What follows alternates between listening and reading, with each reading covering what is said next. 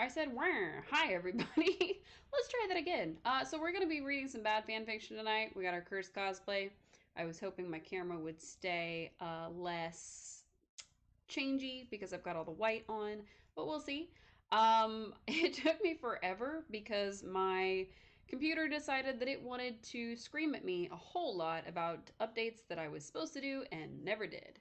So, it's definitely stiffer than last time. My mustache is. It is a little shorter. It's not quite as long as we had it before. But I did trim it, and it is stuck more to my face than it was before, so hopefully it won't be flopping all over the place. Um, but I don't have my headphones on, like a crazy person. My look isn't even complete. How dare I get on my stream without all of my stuff? I'm also a lot closer to my computer than I normally am. Oh, this is gonna be difficult. I'm doing this using my... Okay, we're just gonna pretend the headphones aren't on. Just... Sorry, no headphones today. I'll just turn those back off. Unfortunately for me, the headphones don't want to go over the ears, so we're just gonna leave them off for now. Ugh, and my hair's already in everything because it doesn't want to stay where it's supposed to, which is fine. This is supposed to be on my arms, but I put it on my neck because I was trying to get some stuff set up and then I just let it be. So I'm gonna do some adjusting real quick so that we're less crazy looking. Actually, more crazy looking in some ways. It's literally stuck in my hair, y'all. Like, it doesn't want to behave itself. So, able to turn up my mic? What do you mean? It's peaking. What do you mean that you can't hear me? I knocked an ear off doing that. Oh no, my ear. Hooray, cosplay in real time because we don't want to. Oh, my other ear. Oh no! It's literally peaking. I hope you know that. I think maybe whatever you're listening to me on is having issues. My ears fell off, so that's a great start to this. Love that for us. Now they are oh, wrong ear. They are supposed to like hook on the ear and like go behind the ear and just chill there. But they decided they don't want to do that today. So we're gonna be fighting the ears, I think, all stream, which is not great. I think it's probably that my hair is in the way, if I'm being perfectly honest, but who knows? Hey, I've got ears again. Fantastic. Now let's put the gloves back on. We're getting ready on stream, live on stream. We get ready. There we go. My everything has gone terribly wrong, so clearly this is going to be a great, great time to read cursed fan fictions because we've got plenty of cursed going on in the stream already. No problem with that. You're great. Thanks. Let me switch over to our thing. And we're gonna have just the most curse just going. So I think part of the other thing is that I'm not as close, but I'm also more close. I don't know. It's a weird dynamic. So my mic is a little closer to my face now. Not by a whole lot, but a little bit closer. And for some reason, the shadows are making the computer reflect in my glasses. So that's lots and lots of fun. And I did my nose a little differently this time. Hopefully it looks a little more, wah. But we shall see.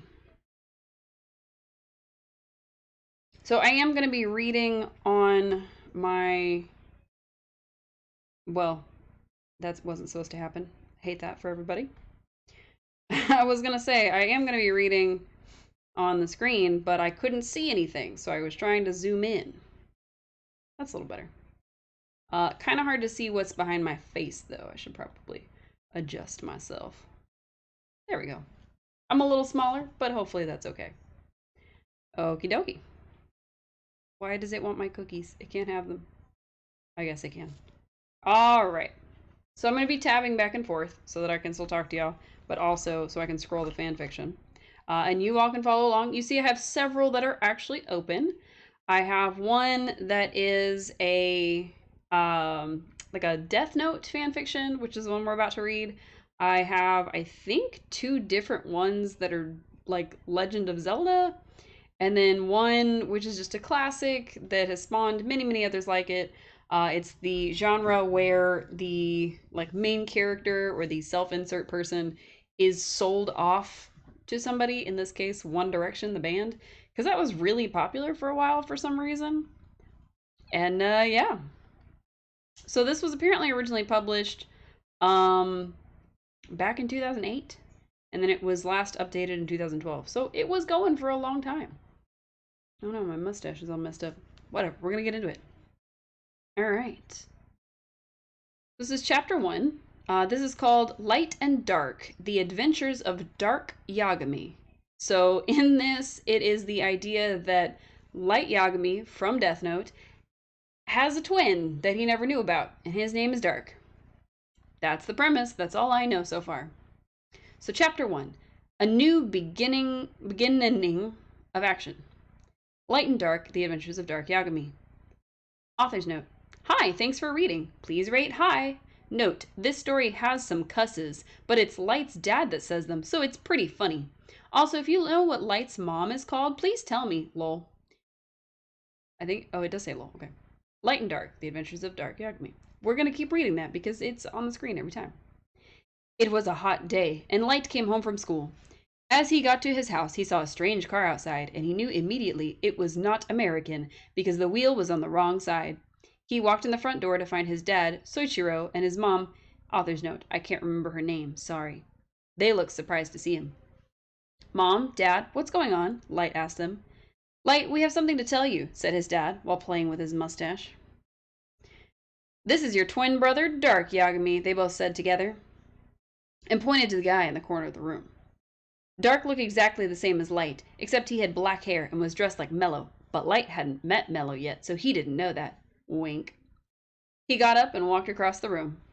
Hi, bro, I'm Dark, he said, lolling and offering his hand to shake. How could you not tell me about this? Light shouted like mad. We sent him to a top-secret orphanage in Wales. It's a town in England. It's not. Where he would learn to be the next L. We can't tell anyone because it's top secret, and Kira might find out, and Kira might try to kill him, his mom said. Light was crazy and punched table. Whose table? I'm going to my room. Come on, Sayu, he said, and Sayu, Light's sister, lol, followed him upstairs. I'm sorry, Light. I wanted to tell you about Dark, but Mom and Soichiro wouldn't let me. Why don't they call him Dad? That's okay, Light replied. You're my sister.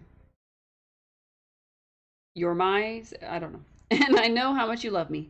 Thanks, Light. They hugged. I hope I'm not interrupting anything. It was dark. Come on, Dark. I've got something to show you, Light said, and they went to their room. Light's parents had made Light's bed into a double bed. I know what you're thinking, sickos. There's no slash. But now it's a double... I think they mean bunk bed.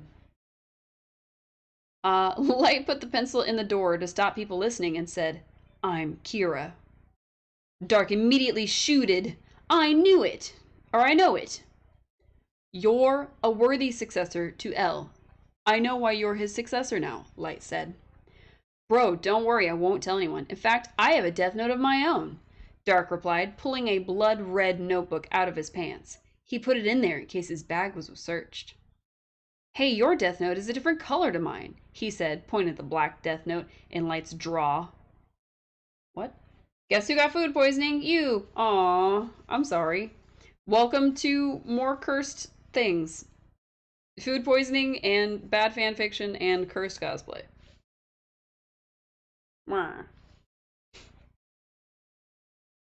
That does suck though, I'm sorry. Where were we? He said, pointing to the black death note in Light's draw. Stop saying color. What? You're in America now. It's color, Light replied, exasperated. Sorry, I didn't realize I was supposed to be pronouncing that word differently. Sorry, lol, Dark said. This is my Shinigami, he said, and Light saw a big monster appear. He was like twice the size of Rook, I think that's supposed to be Ryuk, and had a big mohawk made of blood and skulls. You haven't ate anything except medicine? Oh no, I'm sorry to hear that. Try water. Water is definitely good for you. Hopefully it passes soon so that you start feeling better. I'm sorry you're feeling so bad. Hopefully this doesn't continue making you sick. It is really bad fan fiction. He had a big mohawk made of blood and skulls. Even Light was scarred of him. He was eating bananas like Royak ate apples, but they were blood bananas, made of blood.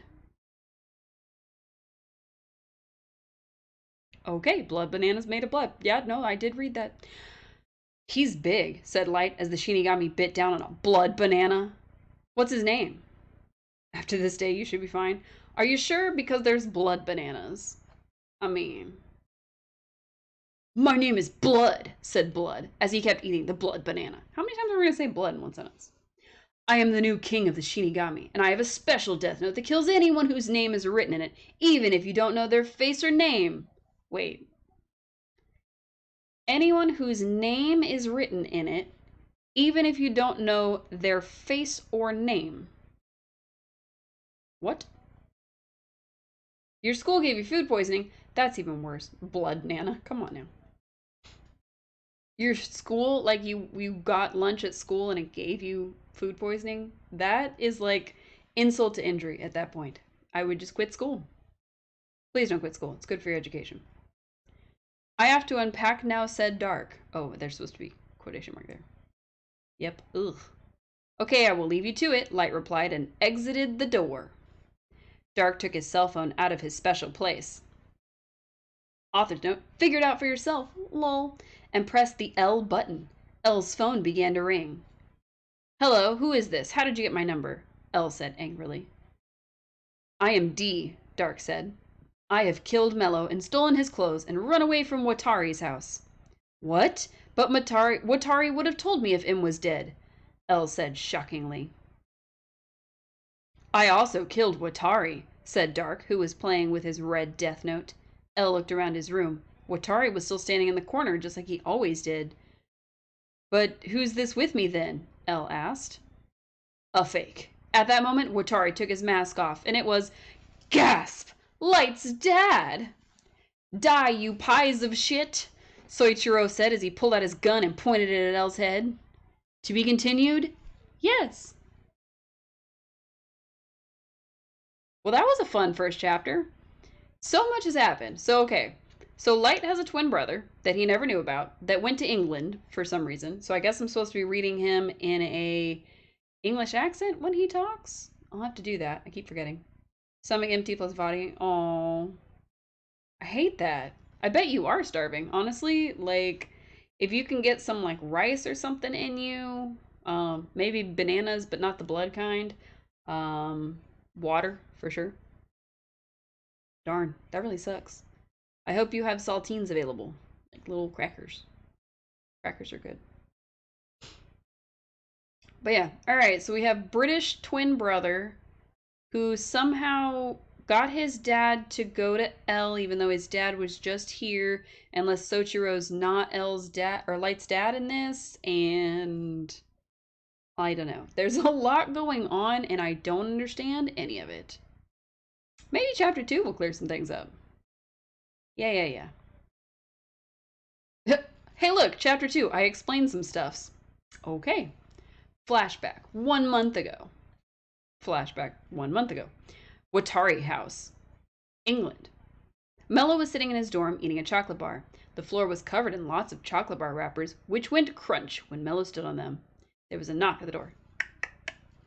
Come in, said Mello, putting down his chocolate. Yes. Squid indeed. Squid. We're going to do a little squid dance for you. Squid dance. All right. Putting down his chocolate. He's eating a chocolate bar and he just sets it down. All right. The door swung open to reveal Dark, standing wearing a dressing gown with a posh letter D on the back. He had an evil smile on his face and an even eviler one in his heart. Wow. That's pretty, I lost my ear. I can't hear anything now. This is going to be fun because I am just, I'm cursed, this cosplay is cursed, this fanfiction is cursed. We're just all cursed in here. I don't know what's happening. Fantastic. Where is Nier? Asked Dark, puzzled. He is near, joked Mello. Ha ha, very funny. Oh, I'm supposed to be doing that in British accent, I forgot. Replied Dark. Okay, he's gone to Scotland today, but we'll be flying back this evening. Until then, we'll be alone. Mello started zipping his leather vest thingy. What? Want to have some fun? Oh, unzipping? Oh my god, we're in the sex already. Dark grinned and nodded. In a flash, Mello had removed his clothes, revealing just a set of black boxer shorts printed with lots of posh letter M's. What is a posh letter M? Posh letter M. Oh, so he has a lot of these on his clothing. Got it. I had to know. Dark pulled a pistol out of his dressing gown and pointed it at Mello. What is a dressing gown? Dressing gown. Oops. Gown. It's hard to type with these. So he's walking around in a freaking, like, house coat, like, fancy house coat, and he just, like, pulls a gun out. Like, haha, gotcha. Fantastic. Just because you look like a girl doesn't mean you're hot. Oh, the Dark is saying that. You're hot but cold, standing up makes you feel nauseous. You just lay down then, it's okay. Just because you look like a girl doesn't mean you're hot. I don't know where that accent came from. It was not what I was trying to do.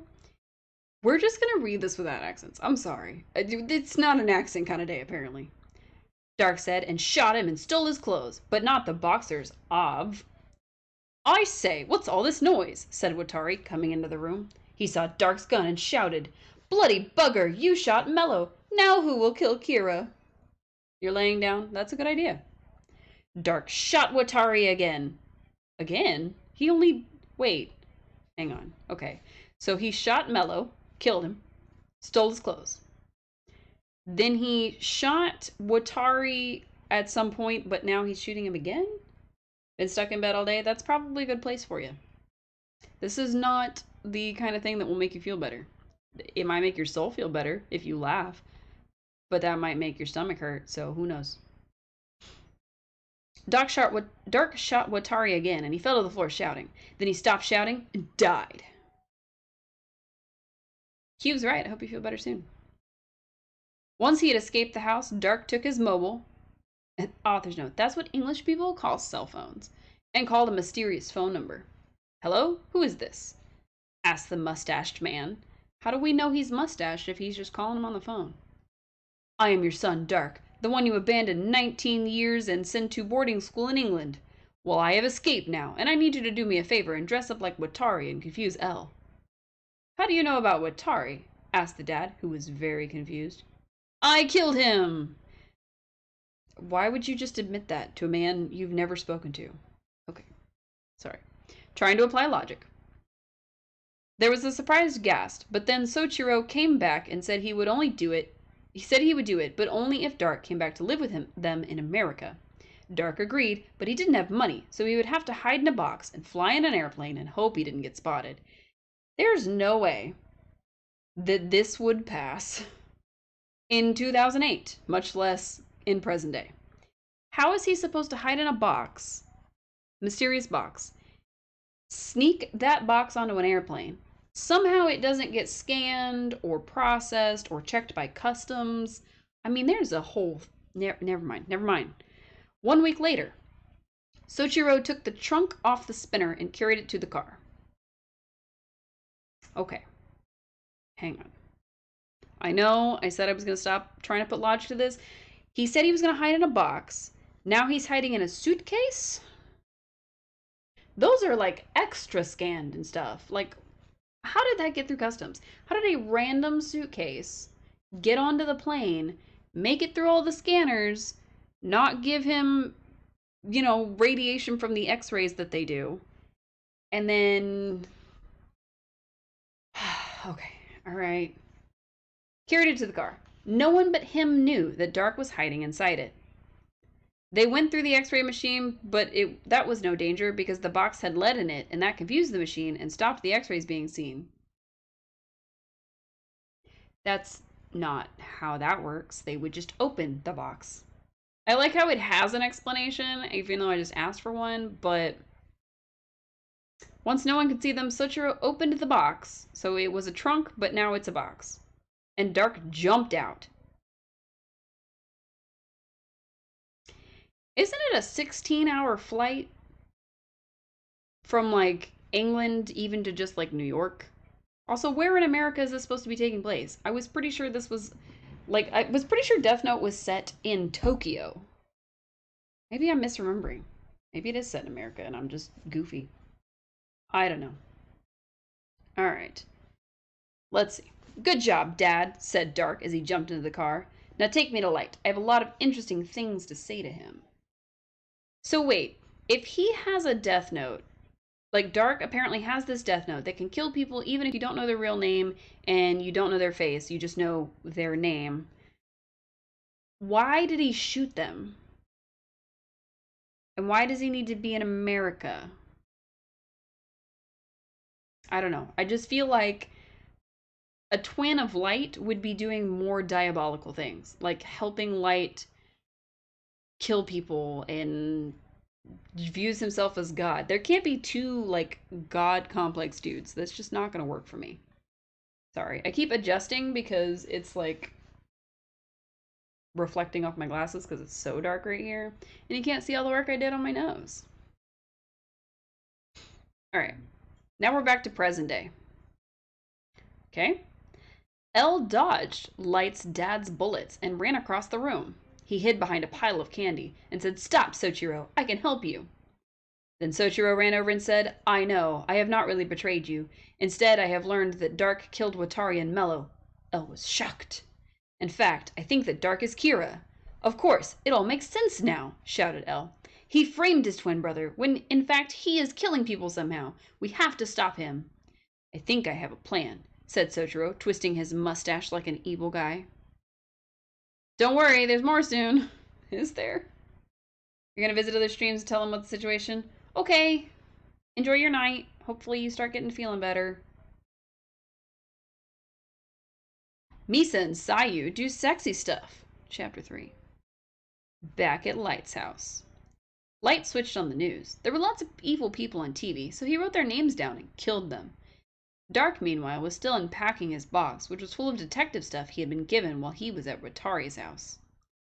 The doorbell rang, and Light shouted, "I'll get it." He ran down the stairs and opened the door. It was Misa! Misa was wearing a lacy dress, but it wasn't all goth like her old one. Instead, it was white and had a blue skirt, which was short.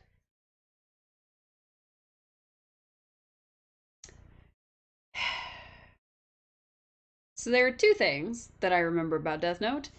It is that Light is an asshole, and that he has a goth girlfriend. So they just turned the goth girlfriend into a not goth. Okay.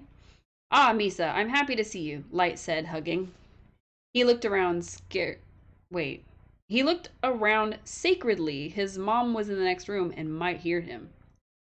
"Did you bring the," he winked, "homework?" He winked again. The ungothification is unacceptable. I know, right? I mean, we have to balance out My Immortal somehow. Everybody's gothified in that one. "Yes. Come with me," he said, and they went upstairs.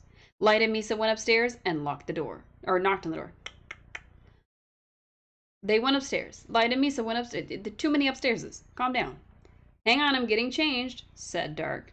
"Okay, he's probably naked, so you can't go in there. Wait out here for me," said Light to Misa as he opened the door. Once Misa was alone, Sayu came out the closet. "Get it? Hey, Misa, I know your secret," she said.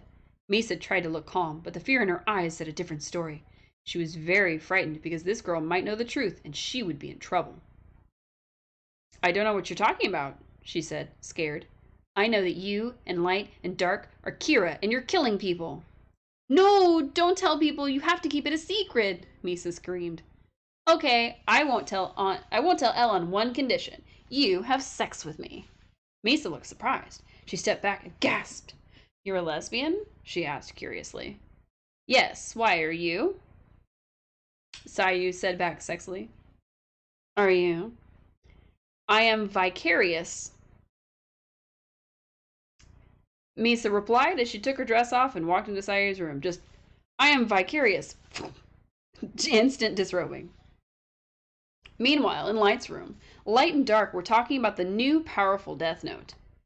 I got it because I killed the old king of the Shinigami, and that made me the new king. Why does he shout? Said Blood. The king gets a powerful death note that lets him kill whoever he wants, and also he gets a palace and a wife and all the blood bananas he can eat. Let's try it out, said Light. Okay, to test it, let's kill this guy. He pointed to a tall, ugly guy on the TV. The man was fat and was presenting the weather. But I don't know his name, said Light, confused. You should know his name. If he's on TV presenting the weather, they usually have a little thing underneath him that says, this is, Al Roker or whoever. You don't need to. All you need is the face, replied. I thought we just needed the name. And you don't need the face. And you don't need the name. But you need the face. But you need the name. Okay. Light wrote in the death note, and sure enough, the man died. Oh my god, that is so good, said Light, amazed as he watched the man roll around on the floor dying. Now let's try it on more TV people. Meanwhile, back in Sayu's room, Sayu and Misa were both in their underwear. Sayu was wearing a blue Nike sports bra and short, and Misa was wearing a bikini with glitter on it that was shiny against her blonde hair. Misa let her hair down and said to Sayu, "You look so hot." Sayu leaned over and began making out with Misa. Quickly, she unbuttoned Misa's bikini. Okay. And it fell to the floor, leaving her topless. Sayu then took her own underwear off, and she was naked underneath. I would hope so? Misa squeaked as Sayu began moving down and Frenched her neck. Suddenly, there was a knock at the door. Sayu cussed and went to the door. She opened the door, and it was Dark. He looked shocked and said, "My sister's a lesbian!" Sayu realized she was naked and slammed the door shut. "Fuck up, you perv! Mom and Soichiro should never have adopted you back!" she screamed. "I'm sorry, Misa, but we'll have to do this some other time," said Sayu. Misa winked back and said, "I hope so," and grinned. She took her clothes and put them on and climbed out the window so no one would see. Wasn't she here to help Light? Why did she leave? When she was alone, she took Misa's bag that she had left behind. She looked inside it and found a black notebook. She took out the secret cell phone her dad Soichiro had given her and called it. "Hi, Dad. I did what you asked and got Misa's bag. There's a book inside it, and it says Death Note on the front, and it's full of dead people." "Excellent," Dad replied. "Now the game can begin." Oh my god, what? Find out more next time. What is happening right now? What is happening? Okay. Okay. Chapter 4. I forgot what happens, but cool. Alright.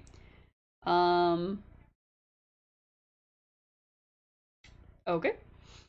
There seems to be something wrong with my account. It keeps posting the first line twice. Sorry. Also contains Naomi OC and Takata OC. Real hot.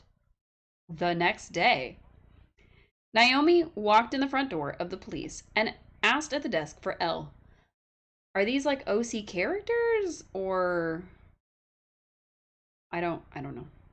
The woman behind the desk was hot looking and also she was bi. "Hi, I'm Naomi. I need to speak to L," she shouted urgently. "Kira killed my husband and I think I know who he is." "So that means you're single?" the desk lady winked. Naomi was taken aback. This desk lady was coming on to her? Naomi spelled backwards is I Moon, added the desk lady flirtily. I'm pretty sure it's not I Moon, but okay. "I don't have time for this," said Naomi anxiously, as she took the desk lady's number to call her later and maybe have sex, and ran into Elle's office. Elle looked surprised. "Hi, I'm Naomi." Sorry. "Hi, I'm Naomi. You don't know who I am, but I'm from the FBI and my husband's from the FBI, but he's also dead because he was killed by Kira and I went to hunt him down, but I think I know who he is. Or I want to hunt him down, but I think I know who he is." Naomi gasped. He replied, I think I can help you then. Please sit down. Elle replied, pointing to the chair that was covered in candy. I can't sit on that, Naomi said, because the candy was all sticky and melted and eaten, and it didn't look too good either. Elle then got all the candy off the chair and picked it up and began eating it. The sight was truly one to behold as the small, wrinkly fairyman began shoveling bits of sugar into his mouth. Naomi thought she was going to puke, but then she stopped herself and sat on the chair that Elle had just cleaned for her. So you wanted to tell me something? Meanwhile, at Light's house. It was the early morning, and Light and Dark were in bed together, but only because their parents were too poor to get separate rooms. It's not like they're gay or anything.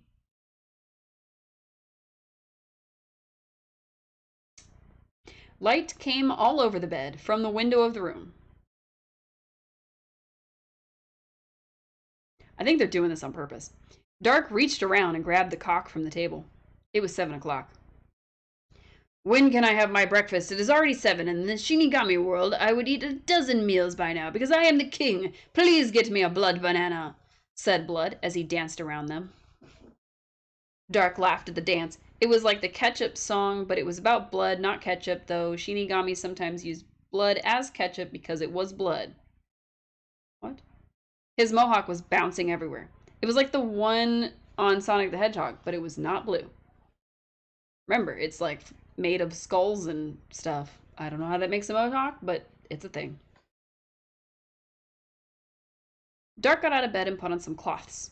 He kept the blood bananas in a special case because other people might eat them thinking they were not blood bananas and get a mouthful of blood banana and blood. He threw the blood banana at Blood, who immediately went to town on it until there was nothing except a skin, which he could eat, but didn't because they are poisonous, but not to a Shinigami. It was a lot of information.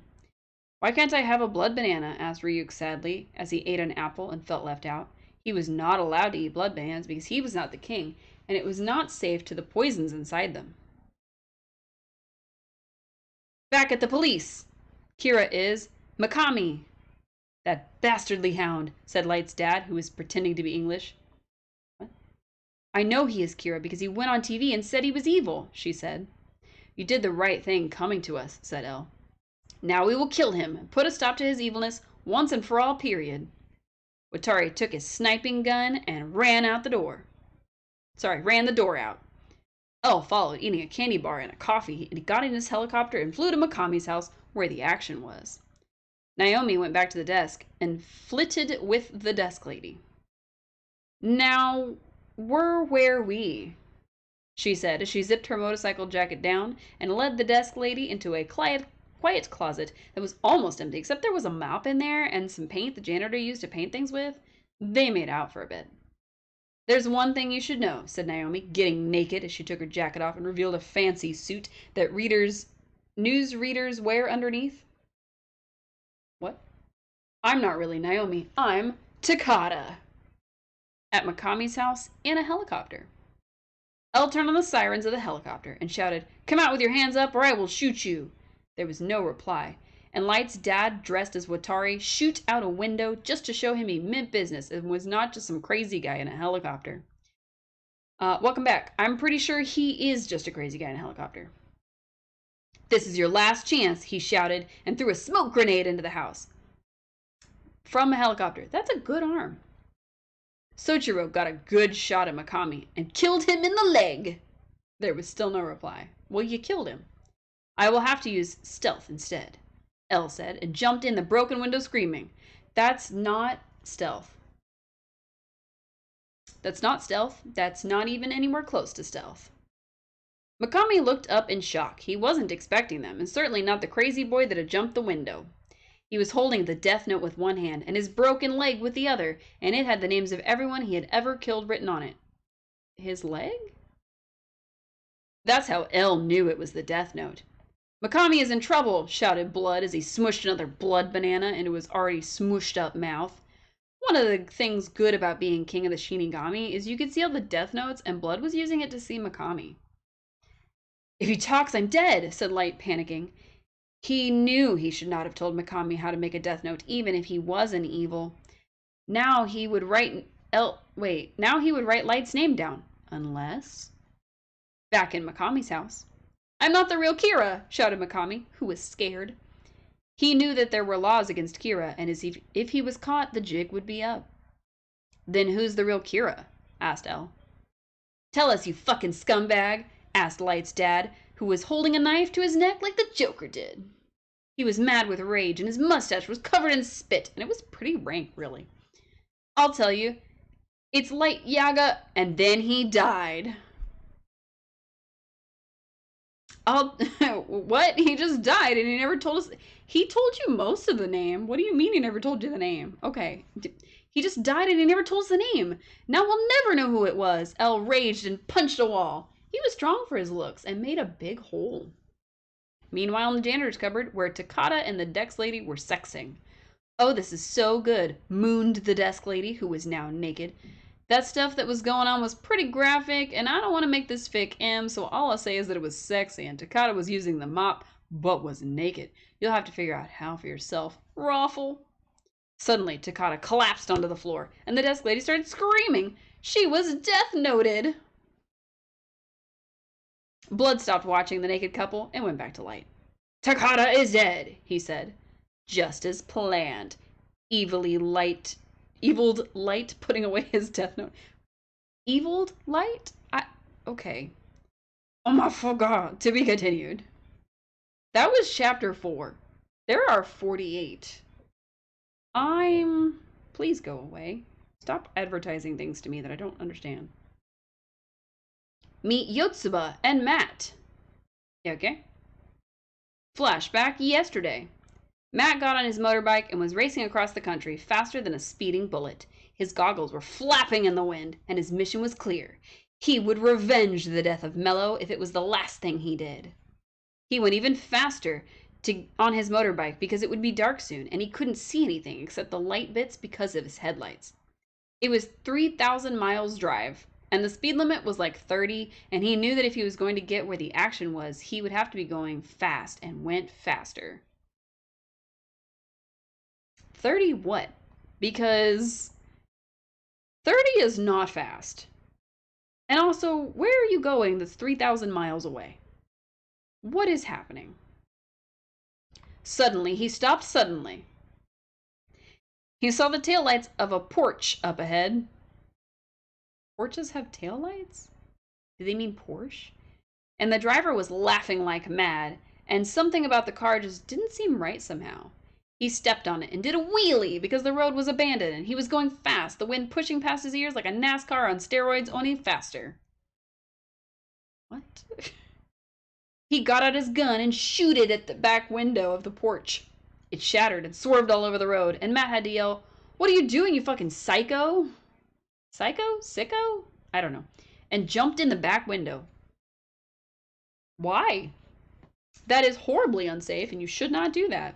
Please do not listen to any of the action stunts going on and become inspired to do them yourself. Please. Where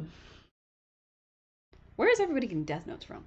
Okay, the driver was a tall, skinny man with greased hair called Yotsuba, and he was laughing and driving and writing something in his book as he drove.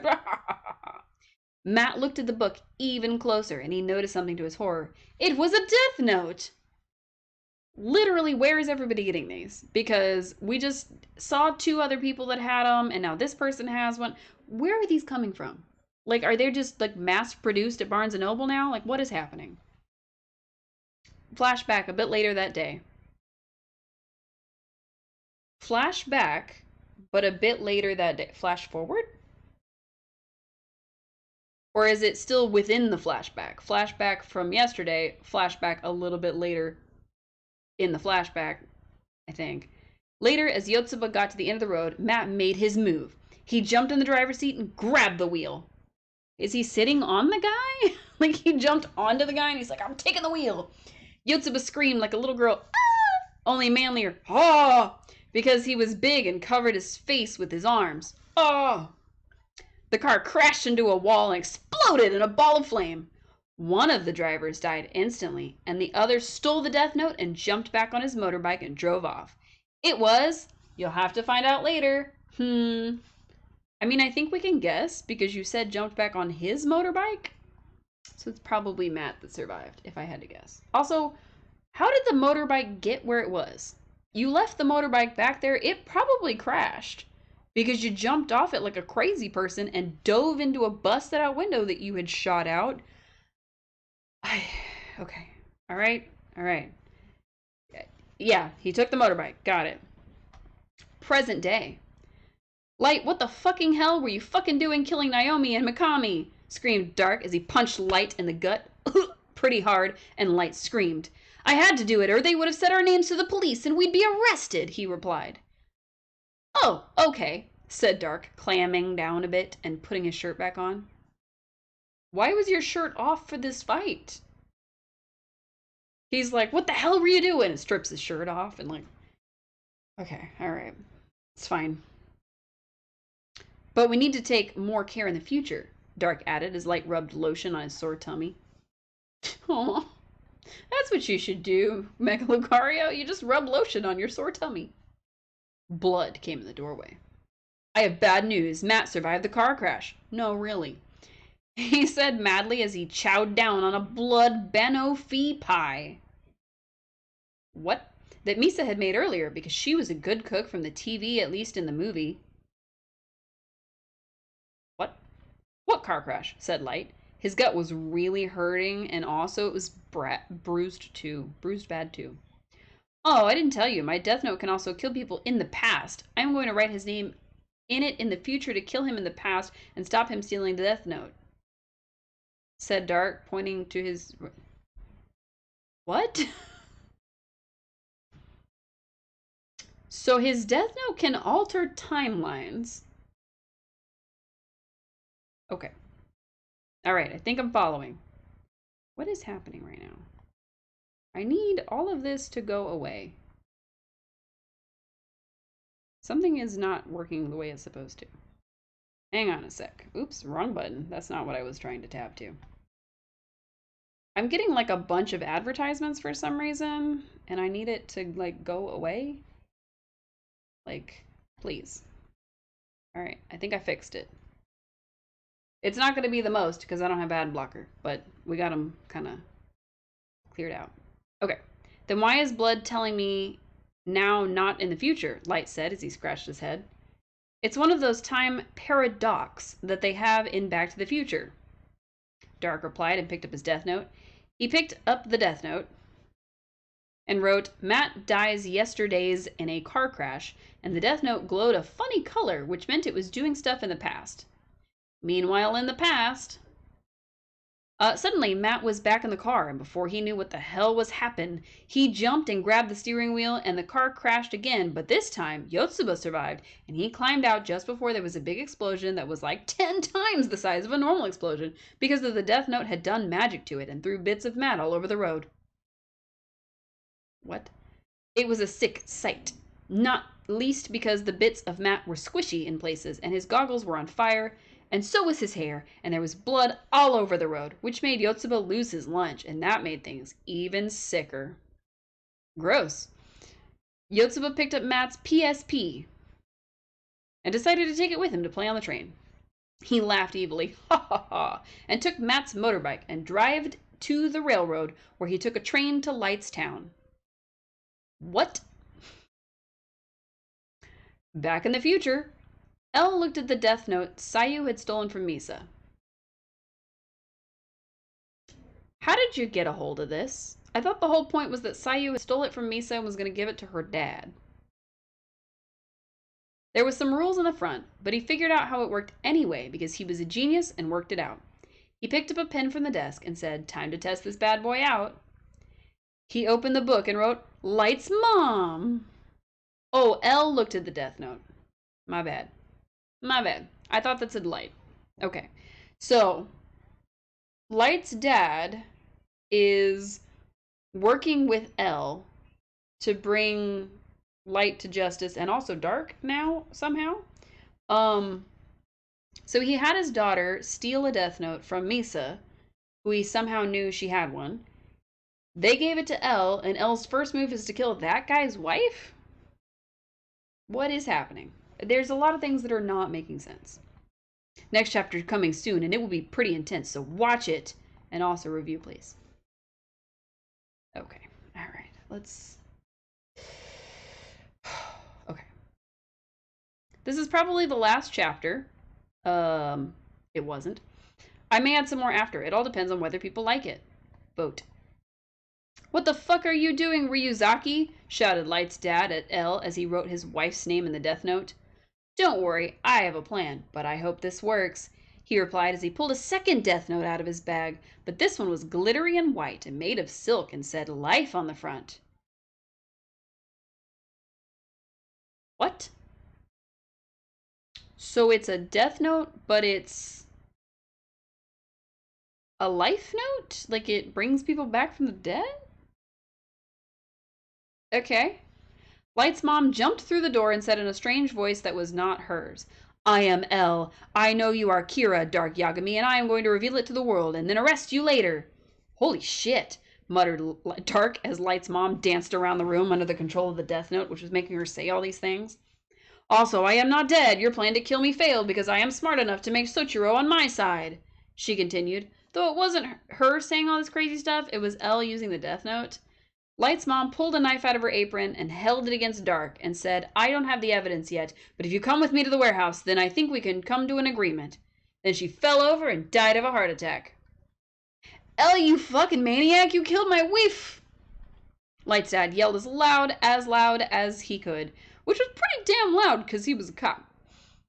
Not so fast, replied the short, messy detective, and wrote, Light's mom comes back to life, in the life note. There was a blinding flash of light and a noise like a bunch of angles signing. What? And Light's mom got up and came back to life. You're alive! Cheered. Wait. How is he close enough to see that she's alive? What is happening? Cheered Soichiro as he glomped Light's mom to the ground. Well, what's going on at Dark's house? What the fuh? Shouted Light. We have to go to the warehouse again, but this time we don't have Mikami, he shouted. Calm down, Light, Dark said. I have another planned, and this will end the story once and for all. They went to the lighthouse, and L was waiting there for them. Nier was there as well, and he was playing with some toy robot or something. I don't know. It's not really important. I have come of my own free will, but it appears it was not needed, for you have not proofed I am Kira. That's where you're wrong, El replied. You don't have any evidence that I'm Kira, Dark said triumphantly. But you came here. That proves you are Kira, El decried. Dark was so shocked that he fell to the floor screaming. How could he have given himself away so easily? But he still had his trump card waiting in his pants. He reached into his pocket and took the royal death note out of his pocket. He didn't know Elle's name, but he didn't have to. He wrote Elle in the book, and straight away the detective fell over and started dying. How are you doing this? Asked Elle as he rolled on the floor, suffering heart attacks and pain. Because my Shinigami is the king of the Shinigami, and has the power to kill anyone, even if you don't know their name. At that moment, Blood appeared in front of Dark and said, That's where you're wrong, my shiny-haired apprentice. You see, I only pretended to be your Shinigami. But in fact, I was Elle's all along. I gave him a life note, and all I have to do is write Elle's name in it, and he will come back to life as good as new, and your plans will have been foiled. Elle wrote Elle Lawliet. What? Elle Lawliet in the life note, and jumped back to his feet. He looked mad and said, Okay, that proved that you were, because you killed me. Elle put handcuffs on Dark. Apparently they don't know how to fist fight, but that's fine. Now I have put an end to your reign of terror, Kira. I hope our paths never cross again. Blood then whispered in Dark's ear, I don't actually work for Elle. He only thinks I do when I really work for you. Triple backstabbing here? Dark replied, I know. Everything went exactly as planned. In prison. Prison life was good to Dark because he was Kira, and everyone in prison was his bitch. He could eat lots of prison food, and because he had given Elle a fake royal death note and not the real one, he could hypnotize prisoners into doing illegal stuff for him and then dying without the guards catching on. Then one day he wrote the names of everyone in the prison and all the guards and stuff too, and made them dig a tunnel out. When Elle found out, he was mad. Also, my hair decided it was going to be in the hat this time. And it's like getting in my eyeballs, and I don't know why it's doing this to me. I'm having a hard time today. Today is just not my day. Terrible. Why is my hair doing weird hair shit? I don't know. This is going to be like the most cuss words I've said in a stream. And it's not even the thing making me say them half the time. It's just me cussing. Wow. Wow, wow, wow. I'm losing all my cozy cred very fast. Alright, let's put that back on. It's still in my eyes, but it's a little better. Alright, let's see. How did he escape the prison? Elle asked ponderously as he chewed a big old mouth of gummy bears and candy. Sorry, gummy candy and gum. Then he looked at the Royal Death Note and noticed it was a fake and got even madder. I'll get you, Dark Yagami, if it's the last thing I do, he cried. Meanwhile, at the Yagami house. Welcome back, Dark, said Light's mom, who didn't remember all the dying and mean stuff she said earlier. Also, he had blood wiped Sochiro's head, so he would forget, too. Misa and me are going steady, said Sayu to Dark. Want a threesome? She winked. Better make it a foursome, joked Light Yagami, and everyone laughed. Isn't that your brother? And also your brother? And your sister? What is happening right now? The end. Miles away, Yotsuba was just getting off the train, holding the death note he had stolen from Matt. Now the party can really begin. Or is it? Okay, I guess it's not the end. There are 40 plus chapters of this. Okay, I might have to switch to a different one for a little bit. No, all right, we're gonna go through at least one more chapter. We might get to chapter 10, we'll see. Chapter 7, not last chapter now. Thanks for loving my story and the crit. I will stoop putting notes in brackets, except this one, lol. Boom. Oh my god. The nuclear bomb went off like a bomb and blew up the street and some houses and a car too. That is not how that works. That's not how that works. It's not how that works. Okay. What the fuck was that? Bellowed Dark, putting his cloths on. It was probably just a dog or a bomb or something.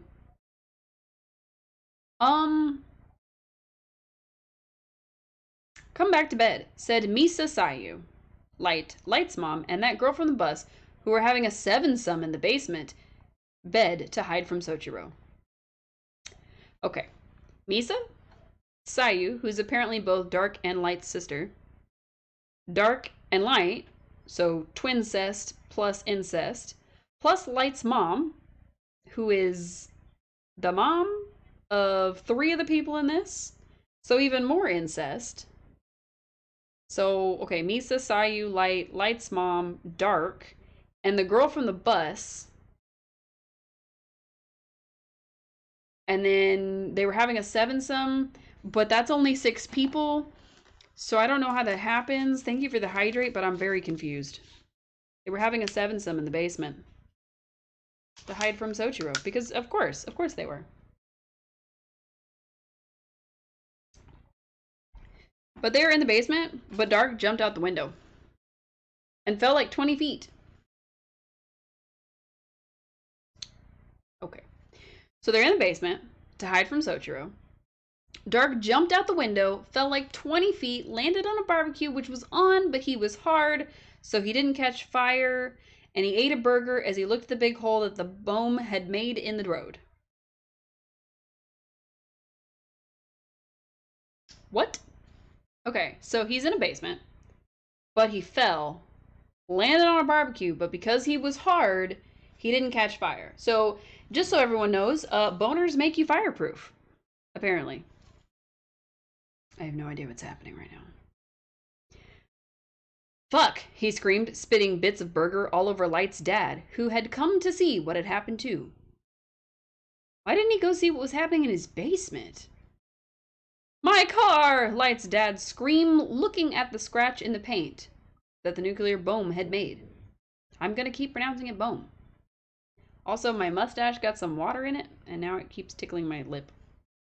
I would hate to have a real mustache, because you have to deal with stuff like that. Dark put on a spacesuit. Where did he get that? And stepped out into the hole. The hole. The hole. Okay. It was the biggest hole I had ever seen, because it was as big as a bus and nearly as deep. Are buses deep? Chad, are buses deep? Do you know? I don't think buses are necessarily deep. The middle was all radioactive. No, not radioactive. Radioactive. And he had to make sure he didn't stand in the radioactive that had covered stuff in green. Because that's how that works.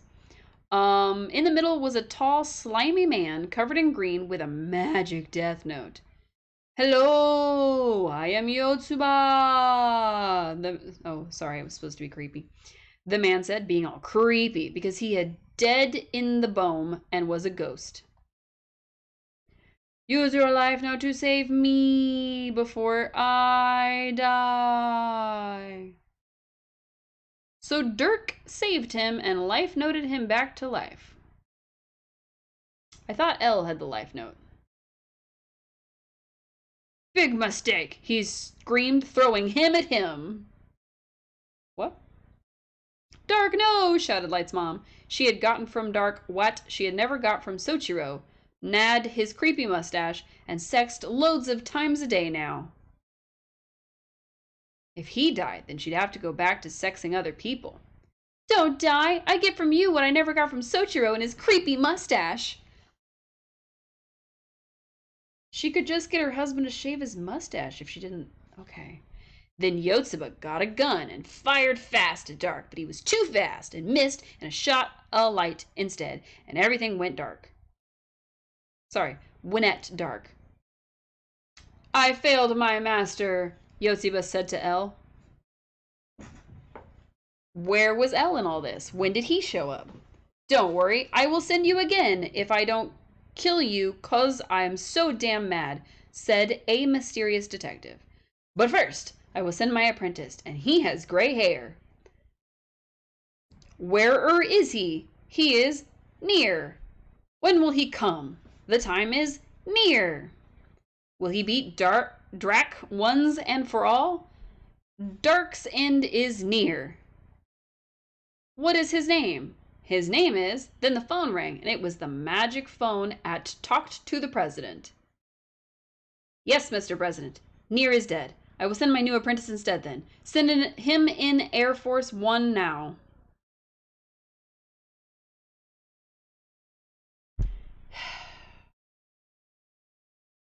L turned back to into Yotsuba. Just, boom, now I'm Yotsuba. His name is Hal Linder. Then a plane landed. It was the Air Force. Hal walked and toked out his gun. Is he toking out of the gun? Is he using his gun as a bong? I am so confused. I will shoot Dark, and he will die, or my name isn't Hal Q. Linder. Using a teleport note Elf had found in Russia. A teleport note? What is happening right now? He teleported back to Light's house in America. He godded the gun and shot Dark and he died. No, that wasn't me, shouted Dark, running. That was my brother, Light Yagami. There was a minute quiet for Light. Then he got life noted back. Phew, I thought I was a boner there. We all fought that, said Misa, and stopped hugging him because he wasn't one. I have also failed, said Hal. Then I will send my last agent, said L. Wait, okay, there was quotations missing. Meanwhile, Light and Dark and Misa and Sayu and Light's mom and that girl from the bus had gone back to the basement and were naked and sexing and stuff. Sudanily, Soichiro jumped in. No, my wife and my daughter and my son and my other son who was an evil guy and his girlfriend and the girl from the bus all sexing together. Try to understand, said Light's mom, getting up. Then she knew she was naked and put on a vest. Okay, but only because I love you, Sotaro said, and hugged them all except the girl from the bus who felt a bit left out. Suddenly, she took like 5 guns out from under her pillow and pointed them at everyone. Where is she holding all these guns? She got 2 guns here, she got 2 titty guns, she got one in her mouth. She's pointing at everybody. Let's stay calm and try not to do anything rash, shrieked Light, dancing around like a little girl. She pulled the gun and a bullet came out. Everything went all matrixy, and Light's mom could only watch in horror as the bullets came and hit Dark and they died. Tell my mom I love her, said Dark before he died. Dark is dead and the world is safe, said the girl from the bus, teleporting back to L. What? She was a hero and got on TV and stuff, and there was a parade for her, and everyone was happy except for a few sad people, and they were all called Yagami except Misa, who was not called Yagami, but she was called Anime, and that's quite close. What? But one. In the Shinigami world. Now I've become the new king of the Shinigami, roared Dark as he shot blood and took his royal death note and blood bananas. Before I die, do one thing for me. Give me a blood. B-A-N-A-N-N-A-N-A. So Blood ate a blood banana and died happy.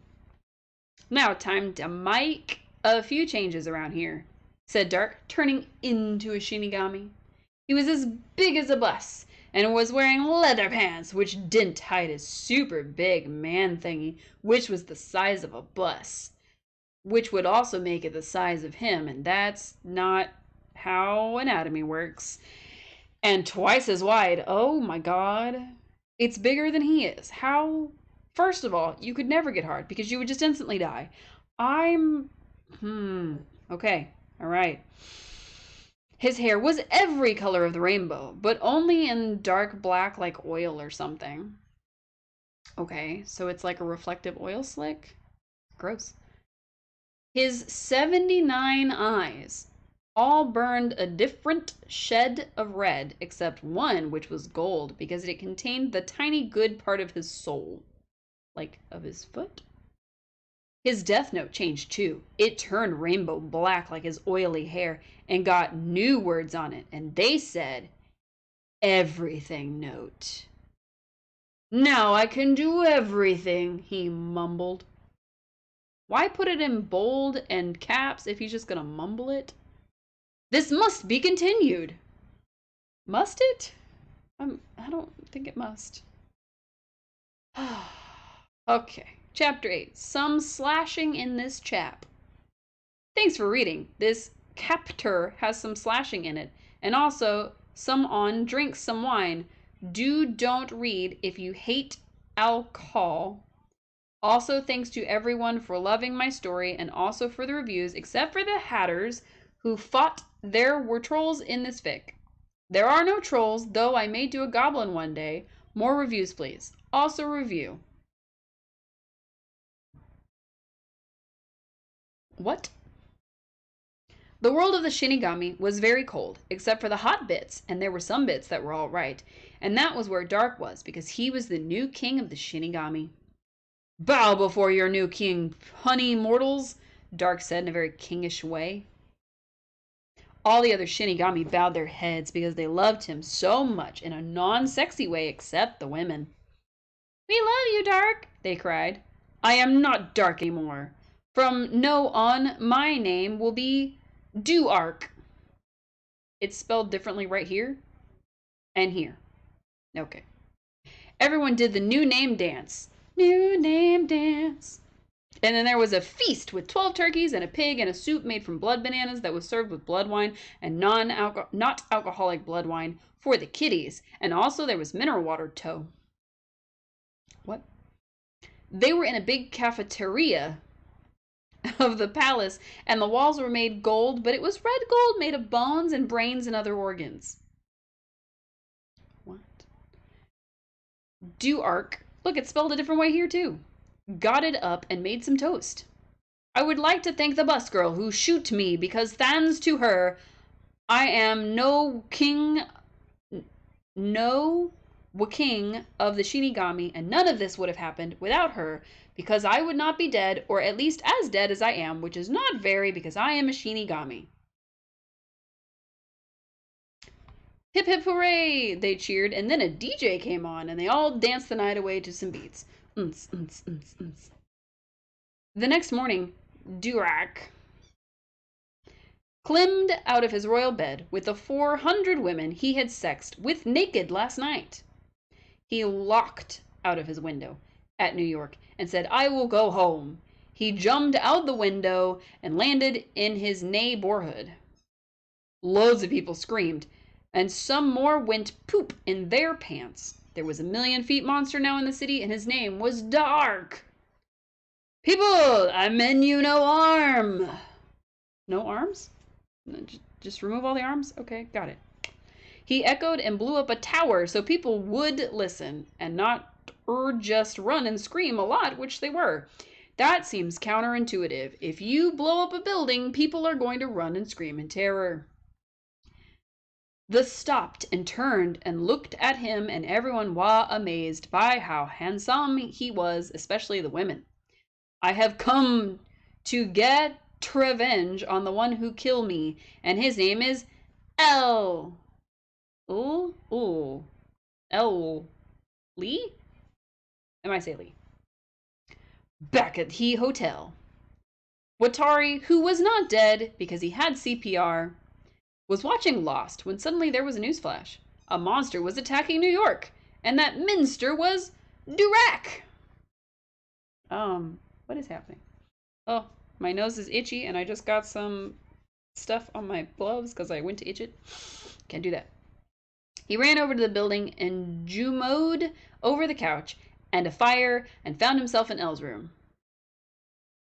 What? Why is there a fire? Where did the fire come from? Master, he roared Britishly. Bristishly. What? That foolish wanker Durak is in New York and he's killing some poor sods. Then he gasped, all scandalized and stuff. Elle was in bed sexing, and the person he was sexing was Light. Atari, wait. Atari, okay. No, his name is Watari, I thought. Watched for a few my nights, and then said, well, what do we have here? So he watched them, and they didn't notice for more than a minute. He's just watching them do the sex. Master L is wanking with my good fellow Light. Oh dear God, save the queen.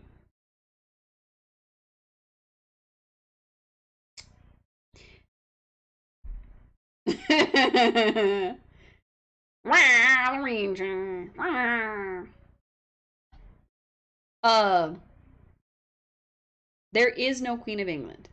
She's dead. They were all embarrassed and finished up fastly and got dressed. That was good and also quite sexy, sighed Light, as Tay got in the helicopter and flew fast to the city where Durk was fighting. Why is Light flying there? Thank you, I tried hard. And also, you were also... Wait. Thank you, I tried hard. And you were also sexing well, too, mumbled Elle as they went over the Hudson and could see Duark was... Where Duark was, and he was tall. There was fire and smoke, and then they saw he was pantsless because he was busy sexing again. I mean, I know there's some monster fuckers out there, but wow. Your favorite Mario character? Nice. Ooh, ooh. Ooh, ooh. Wah. Oh, wow. That was a weird noise. Oh no, my bloody eyes. Why are your eyes bloody? Apparently, it's just, he's just gonna add bloody to any of these. Oh no, my fucking eyes, you know? I did mark this as profanity because just, yeah. Watari bellowed. Thank the queen none of the wee nippers can see this chap making an arse of him by his fornications. What? Thank you for the lurk. Enjoy. Make sure you hydrate, because it's good for you. Dark, not to be confused with dark with a K, reached in his poke-its and pulled out a big black shiny book that shined in the big sun like oil or gas or that paint you get on cars sometimes. Fuck water. I mean, juice is also acceptable. Hydration is the important part. See, I'll even hydrate. I have to lift up my mustache for it, though.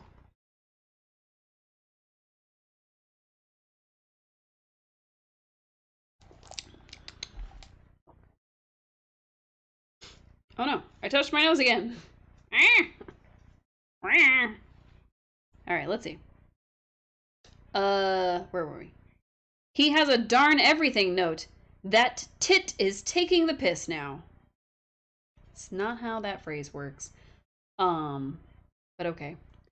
He got out a pen, and it was a Shinigami pen. The big bit was made of the leg bone of an elephant, and the end was made of gold. The ink was blood, but it was mixed with oil to make it black and sinny. There were skulls and stuff on it, and also eyeballs, which could read everything you made, and said it was spelled right. You need one of those, friend. He wrote fast. The helicopter blows up. We must get the wank out of this sodding contraption. Wait, no, that says contraception. We must get the wank out of this sodding contraception. And Watari held a parachute and jumped out. Elle and Ait joined him just before the helicopter exploded. What the fucking piss do we do? Roared Watari. I have a plane, mumbled Elle with his thoughts. You just got blown up. What do you mean you have a plane? What is happening? Okay. Chapter 9. Sayu gets a plane. Alright. I got 5,10,100 views on this fic. Thanks for the readings. You guys are rock. Also, I just read Twilight. It's all girly, but Emmett is badass. Alright. Chaos was happening in New York City, where everyone was running about like mad because of the monster that was going crazy and taking out some buildings and some dudes too. That monster was Dark Yagami, who is called Daruk, but is not. It was too hard to spell. What? Explosions were happening, and one of them was a plane. Falling from the plane fast like a brick was Elle and Light and Atari, who had parachutes. How did I get into this mess, lover? Asked Elle, and they shot past a skyscraper because they were gay and did slash. What? Well, Light replied, it all started when I met my brother Dark Yamiga. Little did I know he was none other than Kira, and killed Mello, and stole his clothes, and came to America with a royal death note, and killed some dudes, and my sister was a lesbian, and then beat you and become a Shinigami. In case you forgot, which you shouldn't because it was awesome, but a long time ago, so you may forgot. So I could have just read that, and it would just caught us up. So in case you're confused, that was the recap. Enough of your ruddy flashbackery, you sodding arses, said the Britty man, getting pissed off. They landed in the street and ran to El's other plane, which was Harrier Jump Jet. What? And was painted with all pink and lame and not badass like Dark's Jump Jet, which was black and had skull and crossbones and a turbo and a spoiler too. What? They rocketed into the sky like a rocket. It's a plane. It's a Harrier jet.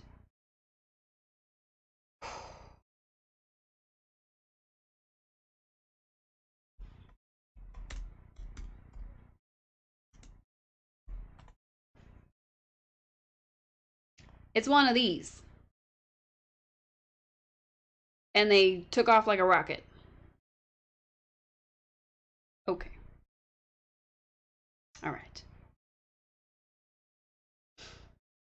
They rocketed into the sky like a rocket and landed on Dark's giant dude thingy, which was big enough to land a plane on, so they did. I mean, they told us that he was as big as a bus, but now he's even bigger somehow, and also his dick is as big as a bus and twice as wide, which sounds painful. Brother, roared Elle. Wait. It's not Elle's brother, it's Light's brother. Okay. Stop, screamed Light like a girl. Stop! Listen, you fucking wanker. Dark listened to Watari because he was a badass and wielding 2 sniper rifles, 1 in each hand. How is he gonna... Okay. Tell us what the wank you're bloody doing, Dark said in his Shinigamiest voice. I am the new king of the Shinigami and has the everything note. Watari gasped. Not the Saudi everything note. What's that do, Gramps? Asked Elle, who was also Watari's grandkid, but only told him this not on screen. Okay. Legend tells of a book owned by the Shinigami, which can do whatever the buggery its owner wants. Dark is using it in ways that we will soon lean. They flew up to his shoulder and looked at the book he was holding and writing stuff in. He didn't have a pen big enough, so he was using a nuclear missile filled with blood as ink, and the writing was all red and green with blood and nuclears. I thought he had a pen. What happened to the pen that was like made of elephant bone and okay. And he had written, I take over the world in 5 minutes, and his watch only had 7 seconds to go. No!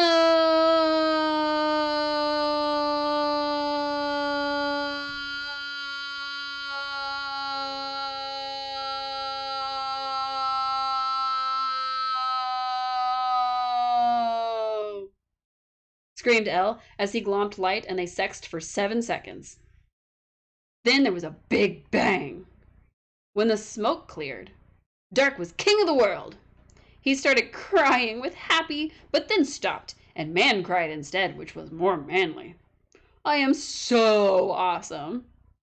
Everyone agreed and hugged him, except for one person who was flying towards him in a black jump jet with spoilers and a turbo, and it was his jump jet, and it had been stolen by someone we will learn in about a pantograph or so. Dark was wearing a crown and a robe and a big codpiece that hid his dainty parts. I thought they weren't dainty. I thought it was like a big old... Okay. Just... Boom. We failed, you god-wanked sods. Watari British, dropping all his sniper guns and crying on the floor. Don't worry. I will pay you well because you were my brother and you were my best friend and you were his grandpa. When were you his best friend? And Light become the president, and Elle became the Emperor of Japan because he was Japanish. And Watari was the Queen of England and also Scotland. What? Didn't they just try to kill you? Why are you making them Queen of England? And then a Harrier jump jet screamed into view and shot a bunch of nuclear missiles. Dark tried to destroy the nuclears, but he accidentally blew up his pen instead because it was new cellar. They hit him and stuff went back to normal. There was a whoosh and a bang and some little bangs and a whole bunch of magics going off at once. What? No! Roared Watara when he stooped being the queen.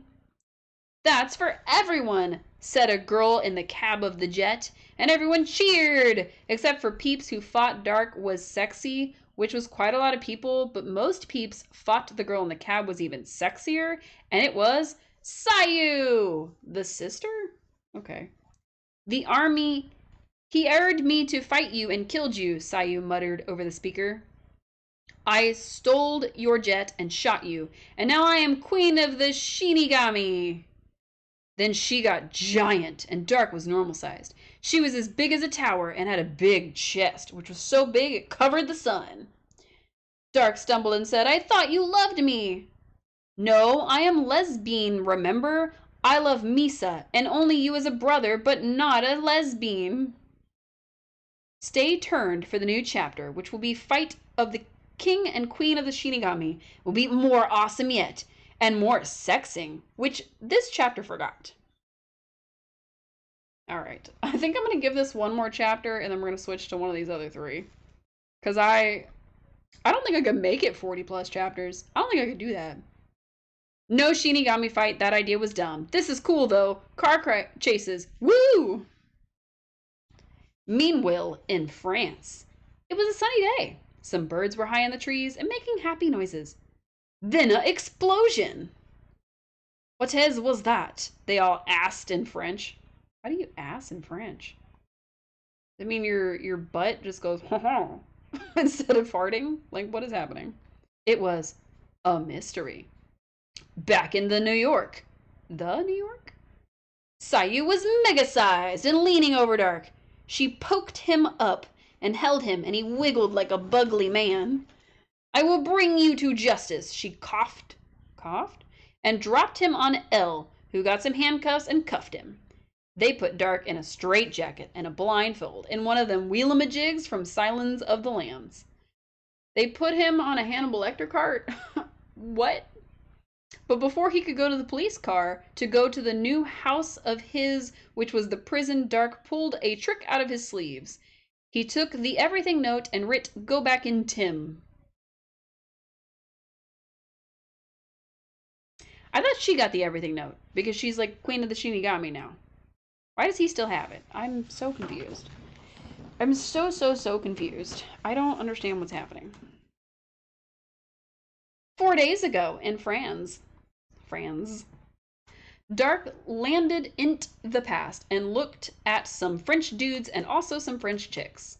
He was in Frank's. What two are going? What? A man screamed at him driving a cab. He was in the street. Fuck two! Exploded Dark and looked at the clock. It was nearly 3 o'clock. He knew Nier was in the town today, and he did mystery only. It would not be a mystery anymore because Dark was gonna do it. He went to a gun shop and bought a snipper rifle and a bunch of bullets. He only netted one because he was a good shot, but you can't buy one bullet, so he had to buy a whole box. A whole box, you know, a box of holes. The rest he would put on eBay or something when he was done. Then he climbed the Eiffel Tower to the top secret floor where no one knew about and got his snipe out and looked for Nier. He saw him near, get it, a hotel, but he had bodyguards and was safe for now. Damn, something has changed. He knows I kill him, so he's looking out for me. He stayed up in the tower all night, except when he went down for supper and got some croissants. It's a croissant. It's a tip of French cake made of bread. That is not what a croissant is. The next day, Nier came out of the hoddle. This is my chance, explained Dark. Oh, he's telling us. This is my chance right here. This is it. At the top of his lunges and pulled the trigger. But Nier pulled out a Nerf. He's not allowed a real gun because he's a kid, but his Nerf fires real bullets. And he shot the bullets out and also the scope of the sniper. Fuck, he seen me, bellowed Dark, and jumped out of the tower and landed in the River Thames. He got out and saw Nier. He stole a cab from a dude who said, "Gids back here to Murfekes," and speeded down the lane and hit some barrels that blew up and made fire and wind and blew a lady's skirt so he could see her pants, and they were French. Her pants were French? Why was she wearing pants under a skirt? You can't catch me, ruffled Nier as he got in a NASCAR and vroomed away. He got in a NASCAR because that's just a vehicle now. There was action, and guns shot, and a bullet nearly hit Dark, but he did a nitro and dodged it. What? And it hit a French bread instead, so everyone was okay. What did the bread ever do? A guy started throwing knives at the car, but the cab was knife-proof. Was it? Dark grabbed one and throwed it back, and it hit the guy, and he blooded and died, and there was so much blood, Dark's car went red. It feels like I'm listening to a toddler tell me a story that he only half remembers, but he knows there's lots of explosions, and then there was blood, and somehow that made the whole car red. Okay. Near did an handbrake turn around the Mona Lisa church. The what?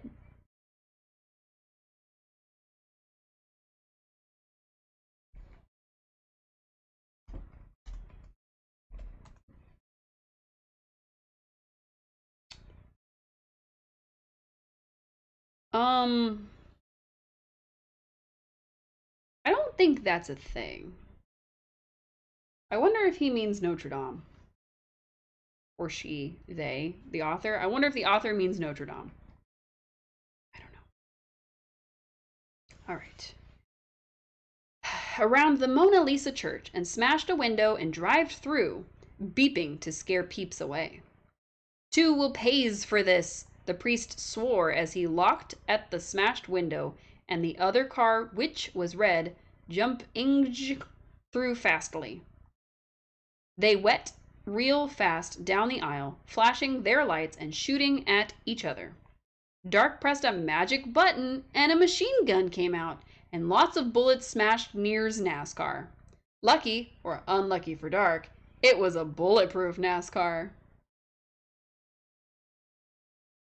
He stole a random cab, found a magic button that somehow provided him with a machine gun, and he's using that to try to shoot at this NASCAR, but the NASCAR is bulletproof. Okay. All right. Well, they were almost out of the church and ran through the doors and found themselves burning rubbers on the struts outside. They were all stony and old, and Dark was getting stoned. What? I will turbo, he hollered, and turboed like he'd never turboed before. He rammed Near. Bang! Again. Bang! Stop that. I just finished paying for this fucker. Near squeaked like a mouse driving a NASCAR. Wait. He's such a kid that he can't have a real gun. He has to have a Nerf gun. But he paid off a NASCAR. Like a racing car. So he's old enough to have a car and be able to drive it, but not old enough to have a gun. Okay. There were some lights ahead, and they were red because it was the red light district. That means a place with sexy laddies. I mean, there might be some sexy laddies. Then there was another light which was red, but it was a traffic light. I do not think the France have these, but it makes my chase cool, so whatevs.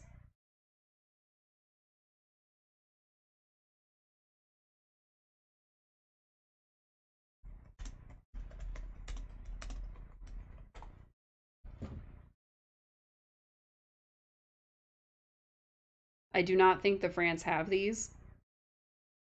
It is a quick Google search away. Everything in this fan fiction is a quick Google search away. Even Eiffel Tower and how to spell it. Okay. All right. It's fine. It's fine. Probably. Whoosh! They whooshed through. The car skied to a stop and hit a noter, and that hit another. They all hit a tanker, and it was carring nuclears, so it went up. It made a massive fireball that chased Near and Dark down the streets, burning everything in its path. It's not how nuclear warheads work. I don't know how many times I can say it. That's not how that works. Okay. No, I must faster. Near and Dark chanted and span round a corner. It was magic fire, so it could go round corners. Is it nuclear or is it magic? Because... Alright. They both had to use all their turbos, which made them so they flew over the Thames and laned on the highway, and they were going the wrong way. They dogged round cars who beeped at them, and they kept going like 300 kilometers an hour. Author's note, kilometer is France for miles. It's not. It's a completely different unit of measurement. Dark saw a sexy chick, and he waved to her, and she stopped and looked at the sexy dude and crashed, so Dark rescued her fast.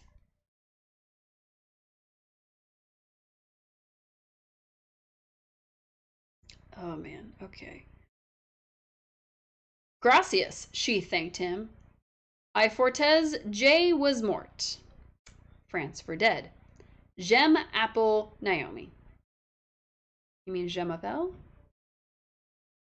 Okay. Naomi? Did you die in the cupboard sexing in chapter 4? No, that was Takeda dressed as me, in case you forgot. But how will we catch him? Dark said. He is near. Get it? The Channel Tunnel, and then he can go to London. I am from London, she replied, and show him her knickers, which is English for panties, which had the British flag on them. I believe you. Let's put this plane into action, he yelled as they floored into the tunnel to Eggland. I know Naomi was not English, but it makes the story cooler this way. Thanks for reading. Please review. Please, please, please. My review is that you need to Google anything. Literally anything. Just Google something, please. We're only 10 chapters through. There's another so many to go. Alright, this chapter is more graphic, but still T-rated. Should we read it? Should we read another chapter of this monstrosity? Yeah, alright. They rocketed through the tunnel and beeped the horn a few times.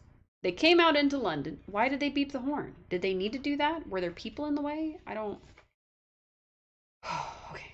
Let me try to stop understanding every little thing that's going on in this thing. They came out into London, and in England, people go on the wrong side of the road. Which is the same that French people would be doing. Okay. But they didn't care and went real fast on the highway. Toe Big Ben. They smashed through a red bus. How? Is it bus-proof too, this magical cab that you're driving?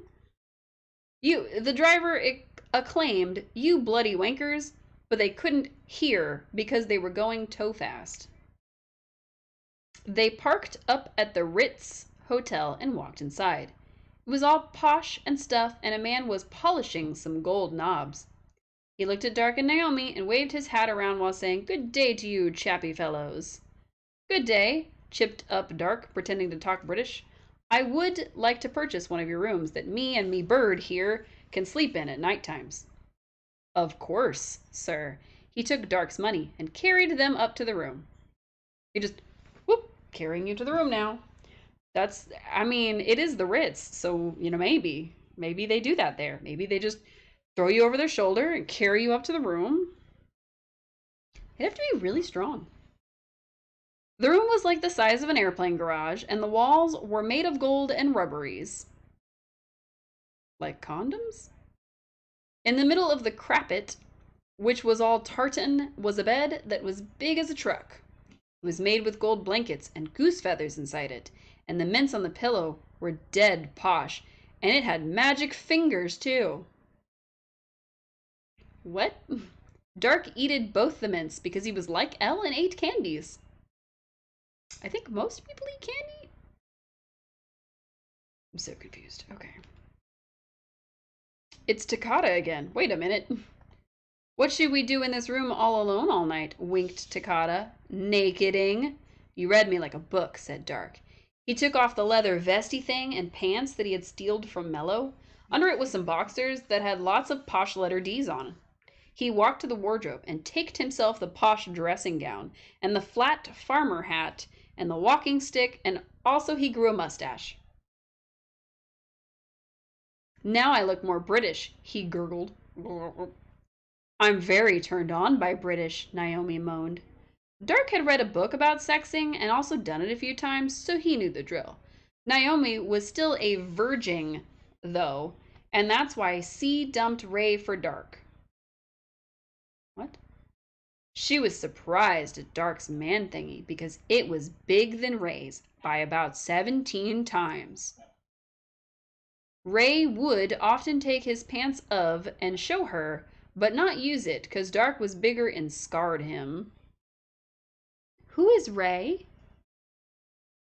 Dark did the sexy thing, and they both liked it, especially Dark. Then he did a thing he read in a book, but it didn't taste good, so he stopped. But Naomi licked it, so they kept going. What? It didn't taste good?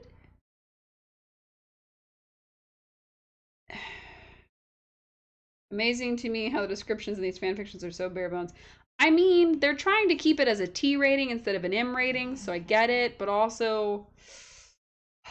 okay. Alright. I don't know how much more of this I could take.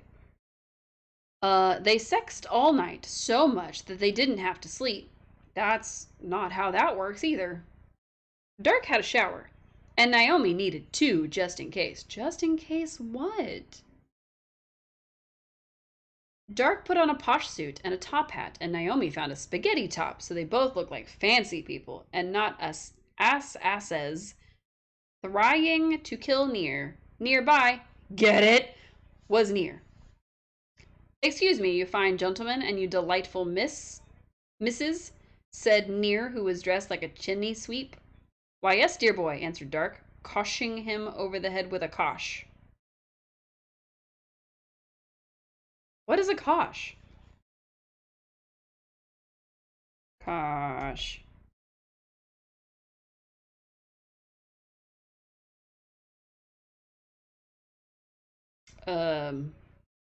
Apparently cosh is a mathematic function, so he mathed him over the head with some trigonometry, I guess. What is a cosh in English slang? Oh! Coshing him over the head with a blunt weapon often made of hard rubber. So he bludgeoned him. Got it. Okay. This time I had to do the Googling, and not the author, for some reason. At Dark's warehouse in the harbor. When did he get a... Where am I? Grunted Near, sitting near. Get it? To a bomb. You were in my whorehouse in the harbor, bellowed Dark, and fired the bomb, but failed. No! Oh well, you are tied up, so you won't escape now. If you excuse, I need to sex Naomi again. Near was sad because he wanted to sex Nomi, but was too young, and also no one licked him. Okay. How old is Near in these? Is he like a child? He just had a car. He had the NASCAR, remember? Did the author forget he owns a NASCAR? He just paid it off. Dark walked into the bedroom at the back of the warehouse, where the bed and the hot tub was. Naomi was waiting, and she was even nakeder than earlier, except for her dressing gown. How? How did she get even nakeder, even more naked, and yet also has a dressing gown on? Which we established is like a fancy robe. Dark whispered, I forgetted what a naked laddie looks like. She gotted rid of it, and Dark called, thanks, I had forgotten, and took a photo to remember by. After sexing for a few minutes, Derek went outside, still naked, and saw Near. Don't worry, we all forgot sometimes, Near complained. Dark coshed him again, 'cause he was a jerk. At Dark's other warehouse under the Queen's castle. Okay. Dark kept coshing Near, 'cause it was fun and he squeaked every time like a toy. Takata was watching, and she was dead sexed up by it. What? She's just getting turned on watching this boy get, like, beat on and squeaking? I built this dungeon's Kosh when Watarmi Kosh was queen. Wasn't that like 10 seconds? Wasn't that in the future, technically? Because this all, like, that all hasn't happened yet, but it also has happened because you went back in time. Koz, to keep my prisoners in, Kosh. It's over 6 million years old, Kosh. And Guy Fawkes, Kosh, was shooted in this very room, cause do, Kosh, you, Kosh, want, Kosh, to, Kosh, be, Kosh, next. Near wet him sleff, then went unconscious. When he came back, he was also wet and sticky from wetting himself. Dark's phone went. It was L. Dark, you scoundrel! You stealed near, and now the president wants me to find him. I will sell to you. Name your cost. I would lick you to let me go safe, and never try to kill me and stuff again. I can do that not for you. Then this is goodbye, said Dark, and took Naomi and near to a near, get it, station, and got the tube to Wales. This is when the story will really begin, he howled as the tube got to the Wales station. Why are we here? Asked Naomi. Because I need to find my sister. Your sister is Sayu, and she is at home with Misa lesbianing, rumored Near. No, my other sister, Night Yagami. They both gasped. This is when the story will really begin, he howled again, because it was actually the end of the chapter this time and not a false alarm. I do not get it either. Oh, so the koshing thing, it is a blunt weapon made from hard rubber. And he was beating him on the head, and he's apparently supposed to be squeaking the whole time. But I didn't have it in me. I didn't have it in me. Okay. Alright. I don't think I can do another chapter of that one. I'm going to put a pin in it. Save it for later. We're going to turn to something even worse. And I'm going to try to make it go back to chapter 1. Nope. Okay.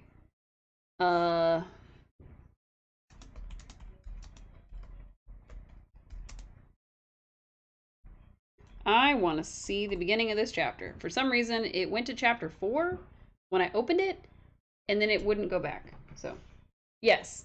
Great. Water break.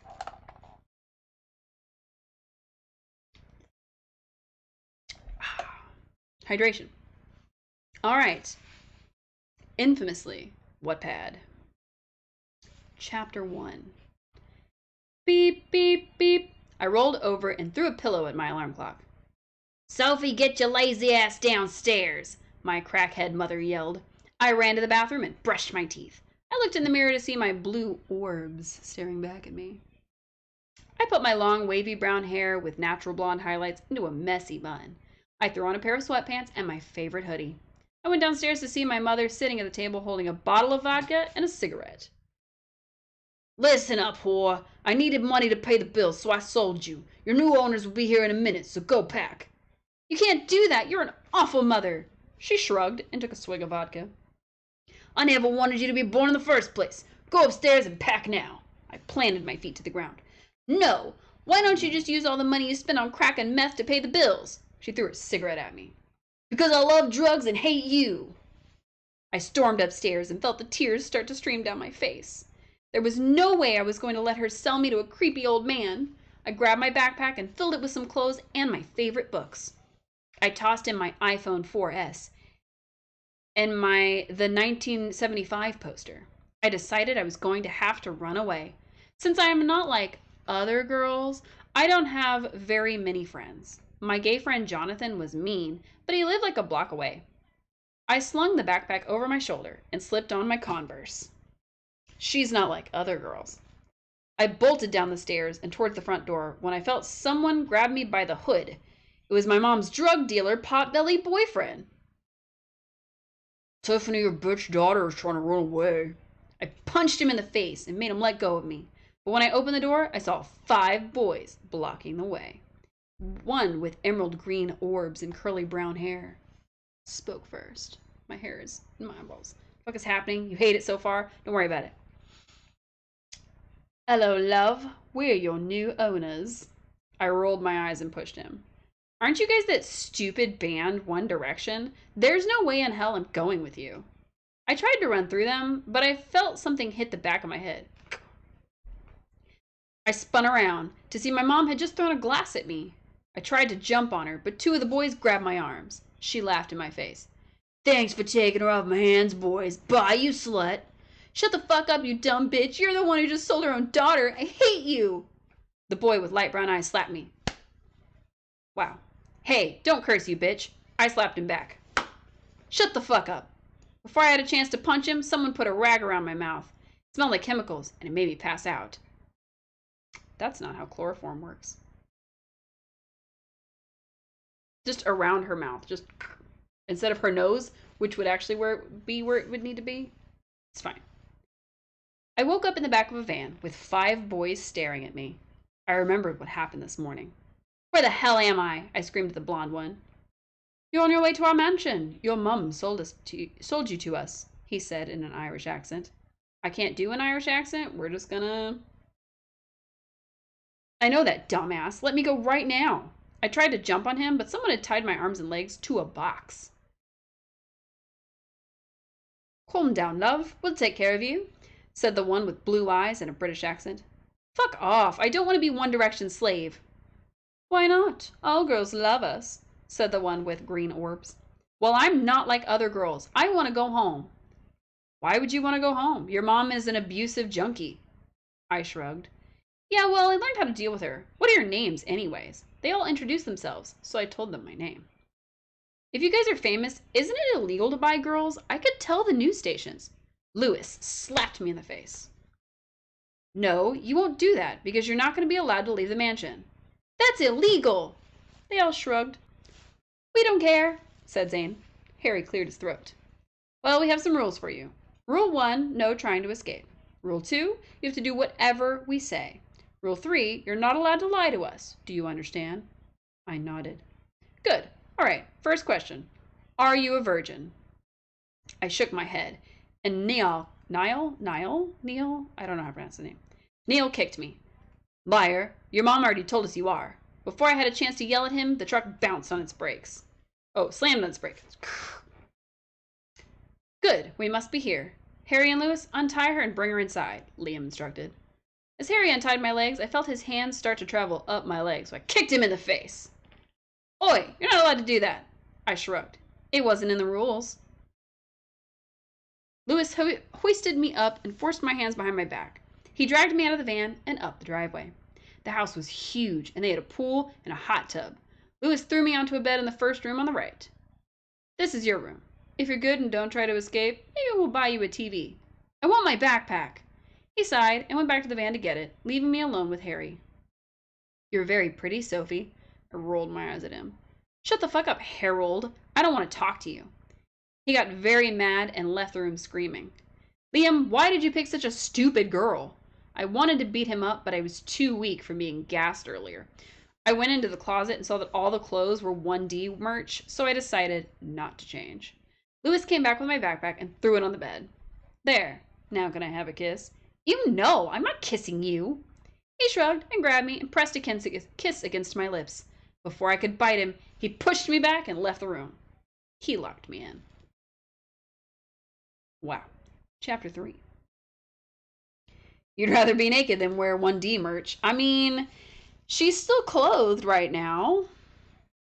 It's like saying a lot about One Direction. I can't tell the writer loves or hates them. I mean, probably both. I was sitting on my bed crying when I heard someone knock on the door. Fuck off. It's me, Zane. I came to ask if you want any food. Sure, I guess. He unlocked the door and grabbed my arm. He pulled me out of the room and into the kitchen where everyone was eating spaghetti. Because that's a traditional British thing to eat. I made myself a bowl and sat down. Niall reached over and put his hand on my thigh. Sophie, I want to make your bed rock, he whispered into my ear. I slapped his hand away. I want you to get crushed by a rock. Niall frowned. Isn't it against the rules for you to be mean to us? I shook my head. We should add that to the rules then, Liam suggested. I glared at him, but finished eating my spaghetti. Do you guys have a library? Niall laughed at me. No, why would we? Books are stupid. Niall, don't be rude. She's not like other girls, so she likes to read, Harry told him. She's not like other girls. I have some books in my room if you want to come look. I didn't really want to go to Harry's room, but I really did like reading. Okay. Did she finish her dinner? Oh yeah, finished eating my spaghetti. That was so fast. I followed him to his room, and he showed me a bookshelf with about 5 books. I had read all of them, but I didn't want to be rude. Thanks, Harry. I gave him a hug, and I noticed that he smelled like cigarettes, which made me start to cry. Love, what's wrong? I wiped away my tears. Well, my house always smelled like cigarettes because of my mom, so now I'm homesick, I explained. If you want, you could sleep in my bed tonight. I don't want you to be sad. I shrugged. Okay, why not? I got in his bed and watched TV for 4 hours until I fell asleep. When I woke up in the morning, he was still sleeping with his arms wrapped around me. I decided to get up and take a shower. Afterwards, I went back to my room and put on a pair of 1D sweatpants and a t-shirt I brought from home. I returned to Harry's room to watch him sleep. I think I was in love with him. Because he owns 5 books and lets you watch TV and then was hugging you when you woke up? That's all it takes for you to be in love with the man? Oh yeah, it was the spaghetti. The spaghetti was the real wooer. All right. We were all sitting at the breakfast table when Liam pulled out a schedule. We have a meet and greet today, so Sophie is going to have to come with us. She can stay in the makeup room or something. Later, we have a party to go to, so if Sophie behaves during the meet and greet, she can come. I threw my napkin at him. Oh, hell no! I don't want to go to either of those stupid events. Liam grabbed my neck and threw me against the wall. Remember, you have to be nice to us. That wasn't in the rules. So you're coming to both, you dumb bitch. Harry spoke up. Liam, try to be nice to her. Imagine how she feels. She just had to leave her home, and she hasn't even been here a full day. I slapped Liam in the face, so he put me down. Yeah, all right. All right, I'm sorry, but you still have to come with us. Go get ready. I went into my room and decided to wear sweatpants and a 1D shirt. I put my hair into a messy bun and put mascara on my naturally long eyelashes. While I was staring into my blue orbs, I felt someone's hands wrap around my waist. If you're staring into your own eyes, unless you're staring like this freaking close, how do you not see somebody walk up behind you? I turned around and slapped him in the face, not realizing it was Harry. Fuck, I'm sorry, Harry. I thought you were a crazy kidnapper or something. He is. He kidnapped you from your house. Your mom sold you to him. Rolled pretty low on that perception check. Also, you've been here less than a day. He did kidnap you. What is happening? It's all right, love. Are you ready to go? I nodded, and he took my hand and brought me outside to where a big red bus was waiting for us. This is our tour van. It's pretty nice in there, except sometimes our manager Scott has to come with us. I got on the bus and saw the rest of the boys were sitting at a table playing cards. I like your messy bun, Sophie, said Neil. I smiled at him and went to sit next to him. He smelled really good, like Irish donuts.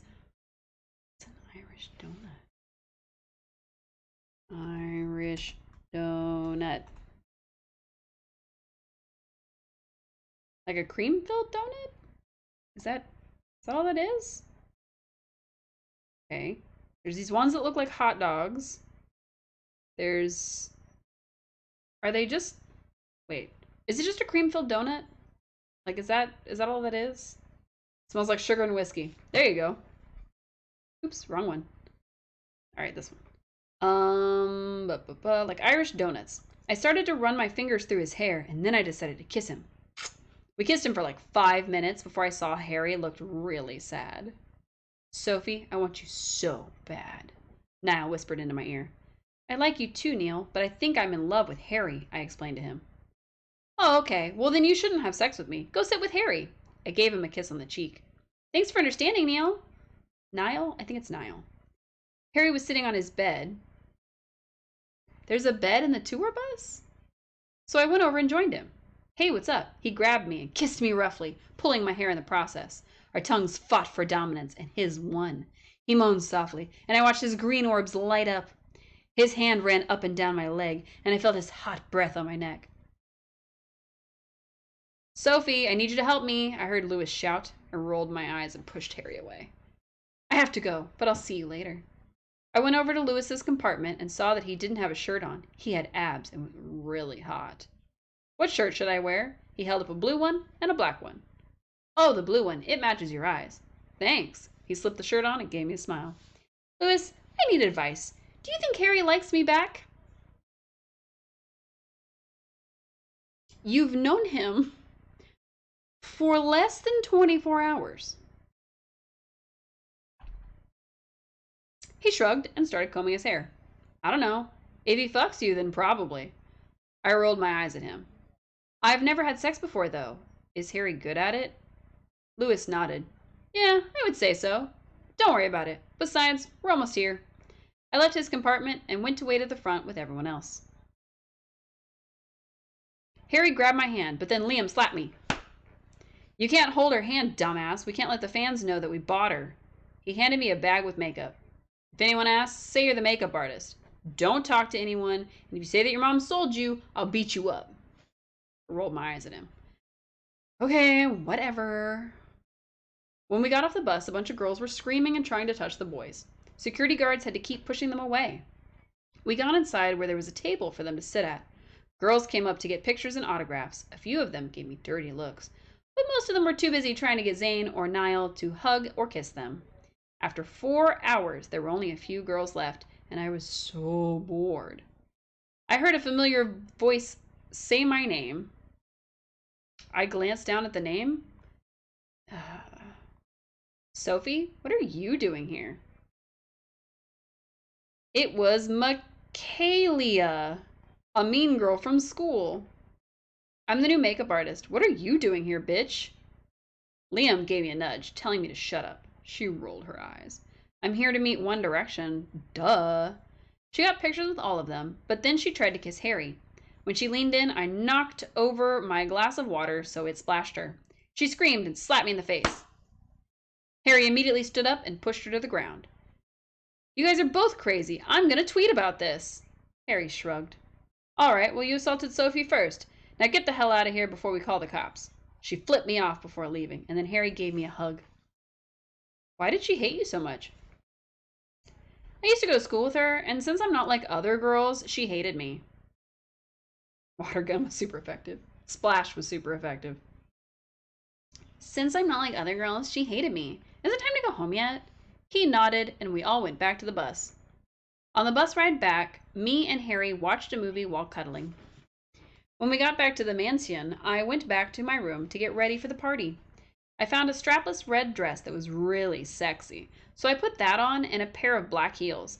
I curled my hair and did my makeup. I was ready for some fun. I have no idea how many chapters this is, but we're on chapter 5. When I came out into the hallway, all the boys stared at me. After a few minutes of staring, Zane cleared his throat. They're just standing there, silent, for several minutes, just staring. At least 5 too many of them. I mean, probably.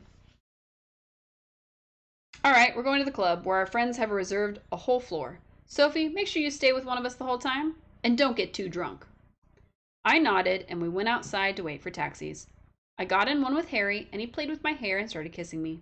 He found the soft spot on my neck, and I let out a moan. Harry, there's something I need to tell you, I whispered to him. What is it, love? I was about to tell him how I felt when the cab driver slammed on his brakes. We're here, Mr. Styles. Harry helped me out of the car and led me into the club. It was crazy loud, and lights flashed all around. The rest of the boys waved us over to a table. Harry poured me a drink, and 4 other boys came up to us. There's more people now. Sophie, this is Big Time Rush. They're our old friends, Liam explained to me.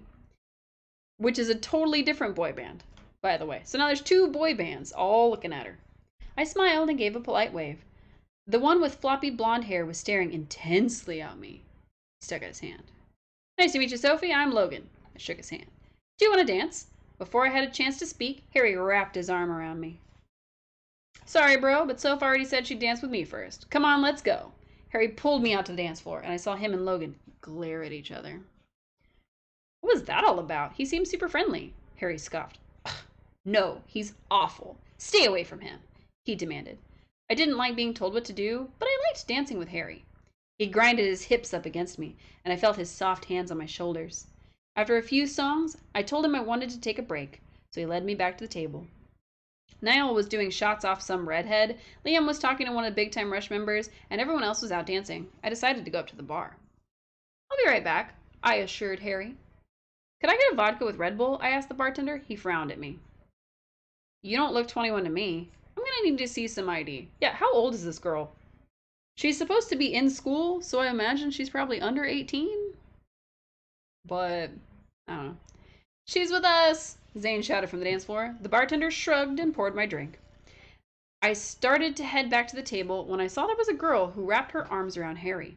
They were smiling at each other. I decided I was mad at him, so I stayed at the bar. I kept getting more drinks because I wanted to get drunk like I'd seen my mom do. After about half an hour, someone sat down next to me. It was Logan. So in a 30-minute span, she, isn't that like your sixth drink, had 6 drinks. You would be obliterated by that time. This is a bad idea. It's vodka and Red Bull, which is even worse. Okay, alright. I'm not going to question it too much. How would you know? I've been watching you all night. You're just so beautiful, he admitted. I blushed. Thanks, but I think I'm in love with Harry. Then I remembered I was mad at Harry. I looked over to see that he was still with that girl, so I chugged my drink, which was now fizzing. Strange. Why is her drink fizzing? That's not what happens, but also, okay. Never mind. Do you want to dance now? Oh, she asked that. Never mind. Do you want to dance now? He nodded and took me out to the dance floor. After just one song, I felt really dizzy. The music was giving me a headache. Do you want to step outside for a bit? I nodded and let him lead me outside. My legs felt weak and my vision was blurry. All right, Kendall, grab the rope, I heard Logan shout before I collapsed to the ground. Oh no, she's been kidnapped. What are the odds? What are the odds? I woke up in a warm bed and rope tying my wrists to the bedpost. I looked around frantically. This wasn't the One Direction mansion. Where was I? Harry, Niall, Liam, what the hell is happening? I still had a bad headache. Why are you shouting then? And that's when I remembered the club last night. Logan must have drugged me. Speaking of Logan, I saw him walk into the room. He had an evil grin on his face. Good morning, Sophie. How are you feeling? I glared at him. Let me go. You're a crazy kidnapper. Didn't One Direction kidnap you first? I scoffed. No, they bought me from my crackhead mother. It's completely different. Is it though? I explained. Whatever, you're mine now. He walked over and started stroking my hair. No, I don't belong to anyone. Don't touch me. I whipped my head away from him and he laughed. Aw, you must be really stupid. You're tied up, dumbass. I suddenly had a plan. Dang it, I really wanted to hug you, but now I can't. His eyes widened. Really? I nodded. Yep, you're better than Harry, I lied. He quickly untied me, so I punched him in the face.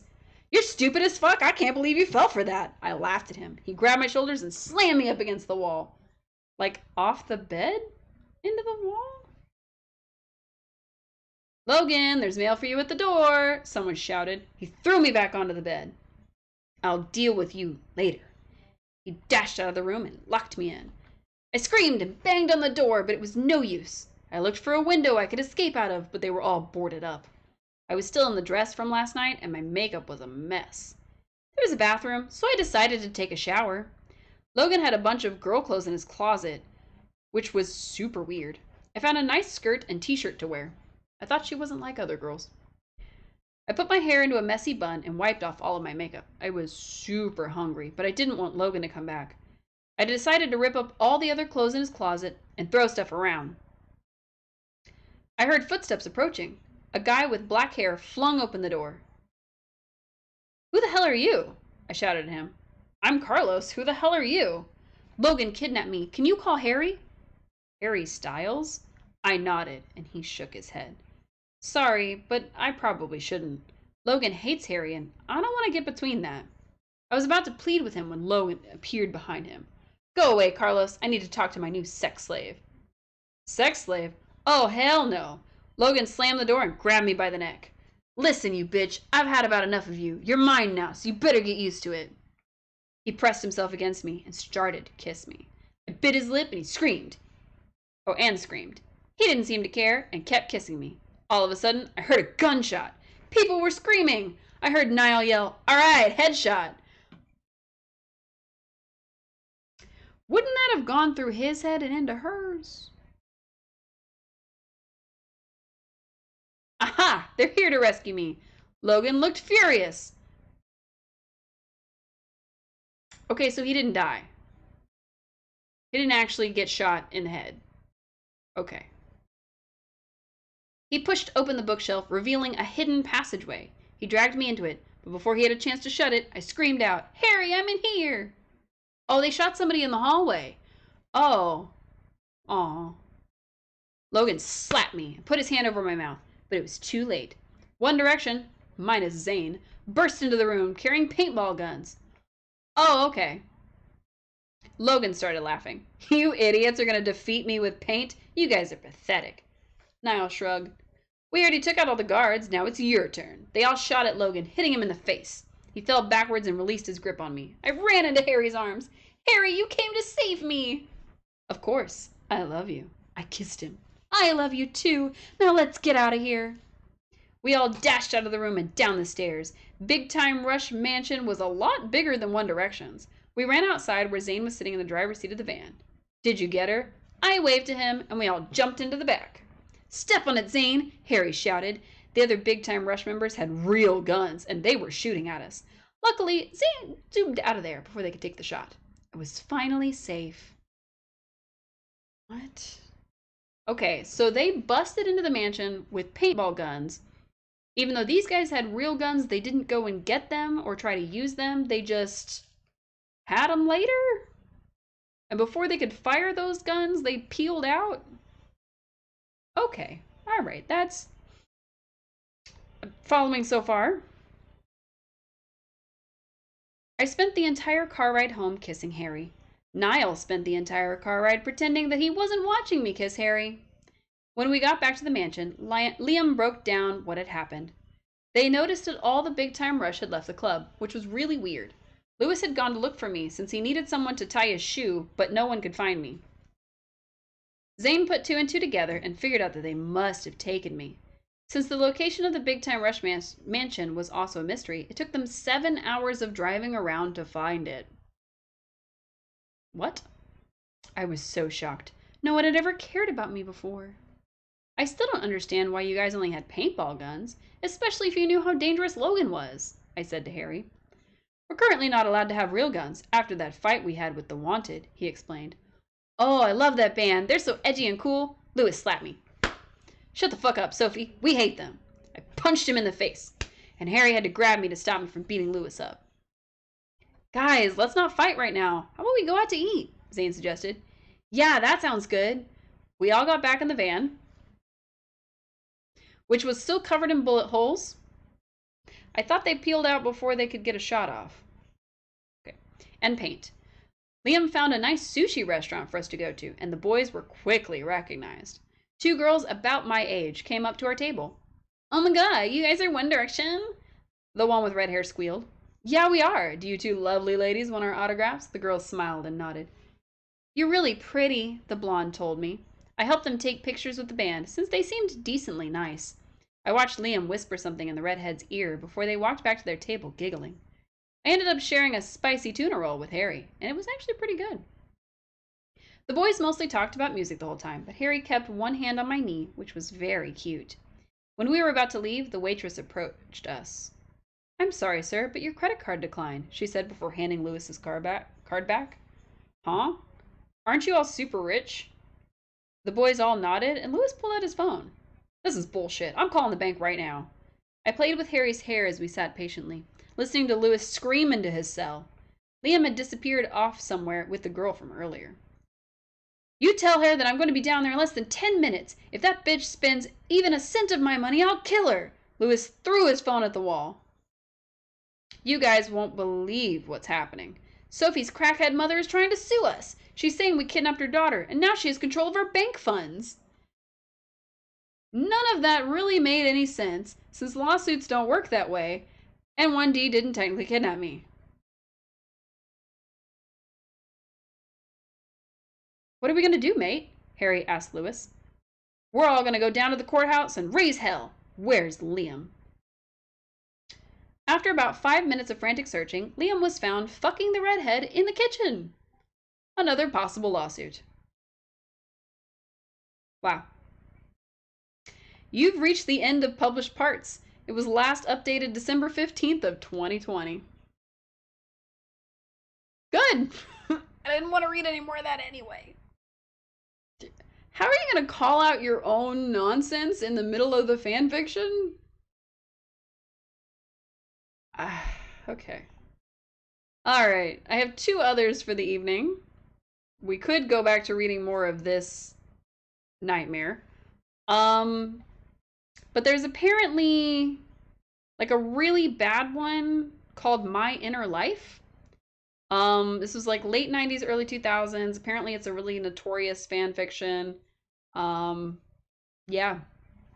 I don't know. It's only 22 chapters. I'm assuming 21 because this is not a real chapter. But yeah, okay. Oh my god.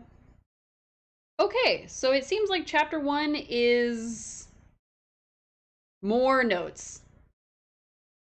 Okay, author's note. Hello! Thanks for choosing to read my story. As you might know, I have become a major Zelda fan in the last year. Ever since I played Ocarina of Time, I have grown a fond interest in Link. I started to notice, after I got really into it, I found that I have a strange gift. A gift to lucid dream. I started having dreams about Hyrule and about Link. In a lucid dream, you can control your dreams. The dreams become very real, kind of like a second life, and almost every night I would have another. Oh, it might not be big enough for y'all to read. We're gonna just zoom in real quick. Everybody gets to read. Make sure it's large enough on the screen here. That should be big enough. Hopefully it like actually zoomed in properly. I don't know if it did. Alright, let's see. Where were we? Starting from where the last left off, even to this day, I still have them. I find that they help me get through life. I know this may sound queer, but for me, the dreams sure help me out. I have shared this story with many other people, and so far, all has liked it. Now, as you read this, it is told from my perspective or first-person view. You will find that it is very detailed, since I remember it all very clearly to this day. This story takes place after Ocarina of Time. Nothing after that ever happens. No Majora's Mask, no Link to the Past, or even Oracle of Ages and Seasons. There is no love relation between Link and Zelda, Link and Ruto, Link and Malon, or Link and Saria. Because of my feelings about Link, the person that he gets involved with in the story is myself, or it is actually my persona. A persona, for those of you who need to know, a representative of one's personality, or in dictionary terms is a persona. Noun. In biology, same as person. There's a whole game series that would probably disagree with some of that. So for all you future readers, this story is based on Jenna, a char that is a representation of my personality. If you think this might be too queer, then you shouldn't read it. This is not the type of story for those of you that dislike or cannot handle such material as the context of this story. But if you seriously believe you can handle the content of this story, then read on. If you're squeamish about sex, then you should not read this. Since this story is a real lemon, there is a lot of that. Heavily detailed. Between Link and I, that is. Especially during the bonding ceremony. There is also some blood content and strong adult language. So if that's too much, then you should turn back now. Now, I have not finished it as of yet. I have to catch up since the last dream I had was just after Link and I had the blessing ceremony for our twins, our third and fourth kids. Right now, there is about 100 to 150 pages worth. I'm expecting it to at least reach 300 to 350, probably even more.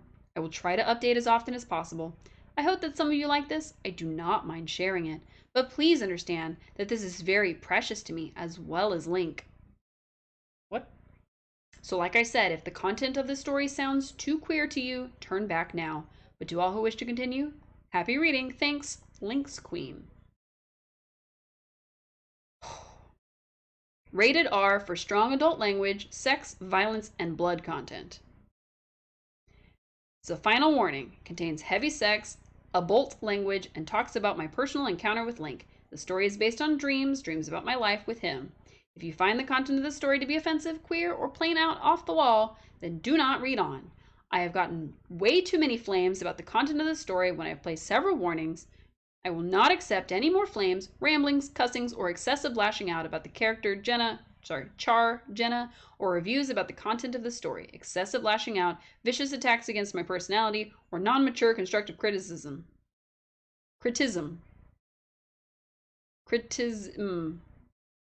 I don't know.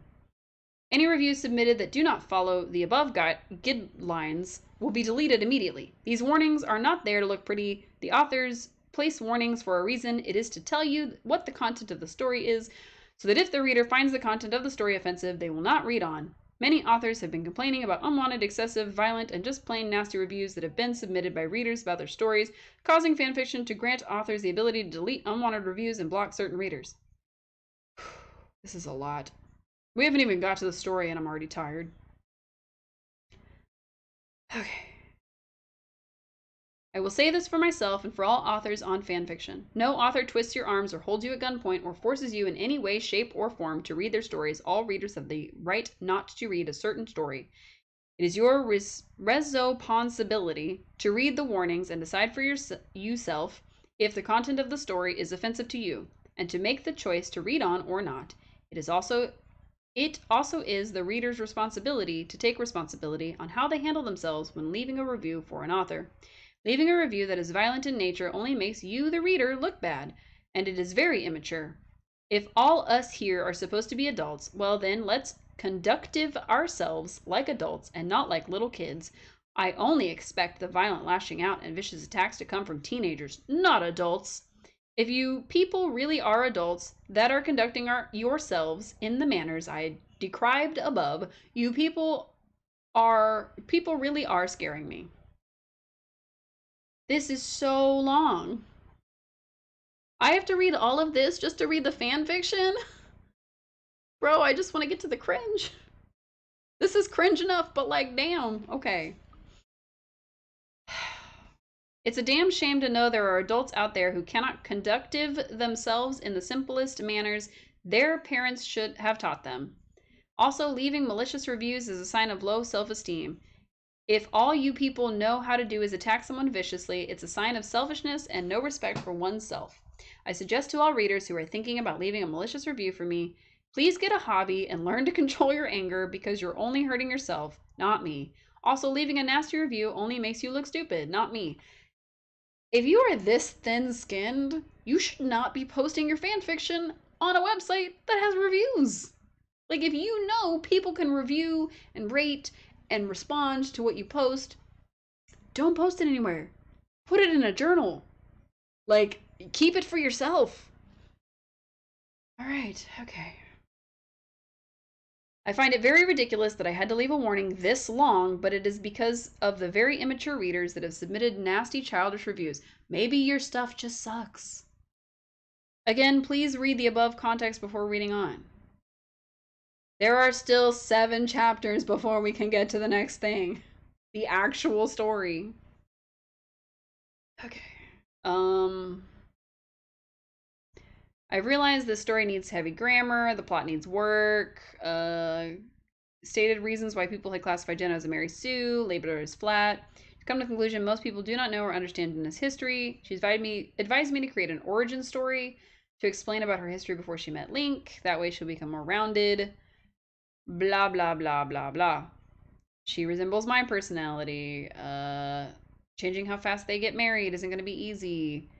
Even changing how fast they have sex and revising the lemon parts won't be easy. Currently in process of revising this. Blah, blah, blah, blah, blah, blah, blah. Please stop writing. You're hurting everyone. Blah, blah, blah, blah, blah.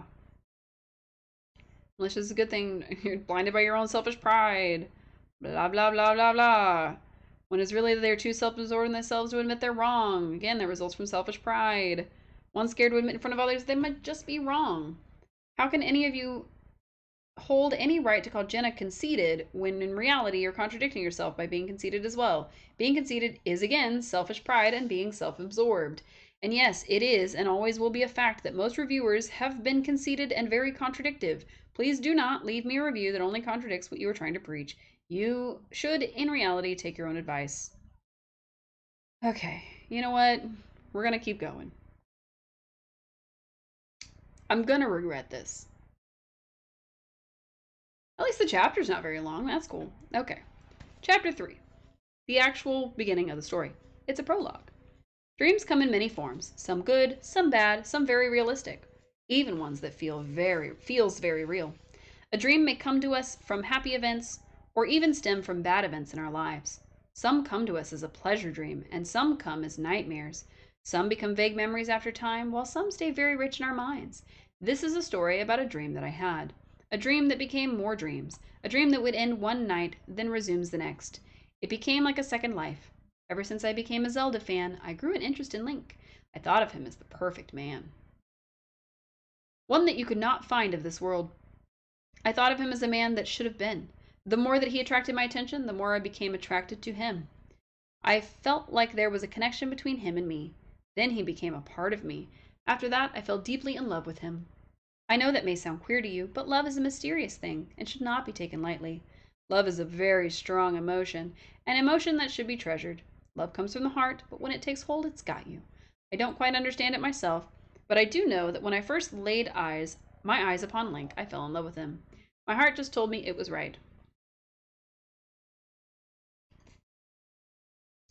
I'm having to drink water before we've even gotten to the actual story. Told me he was the one that I had been searching for.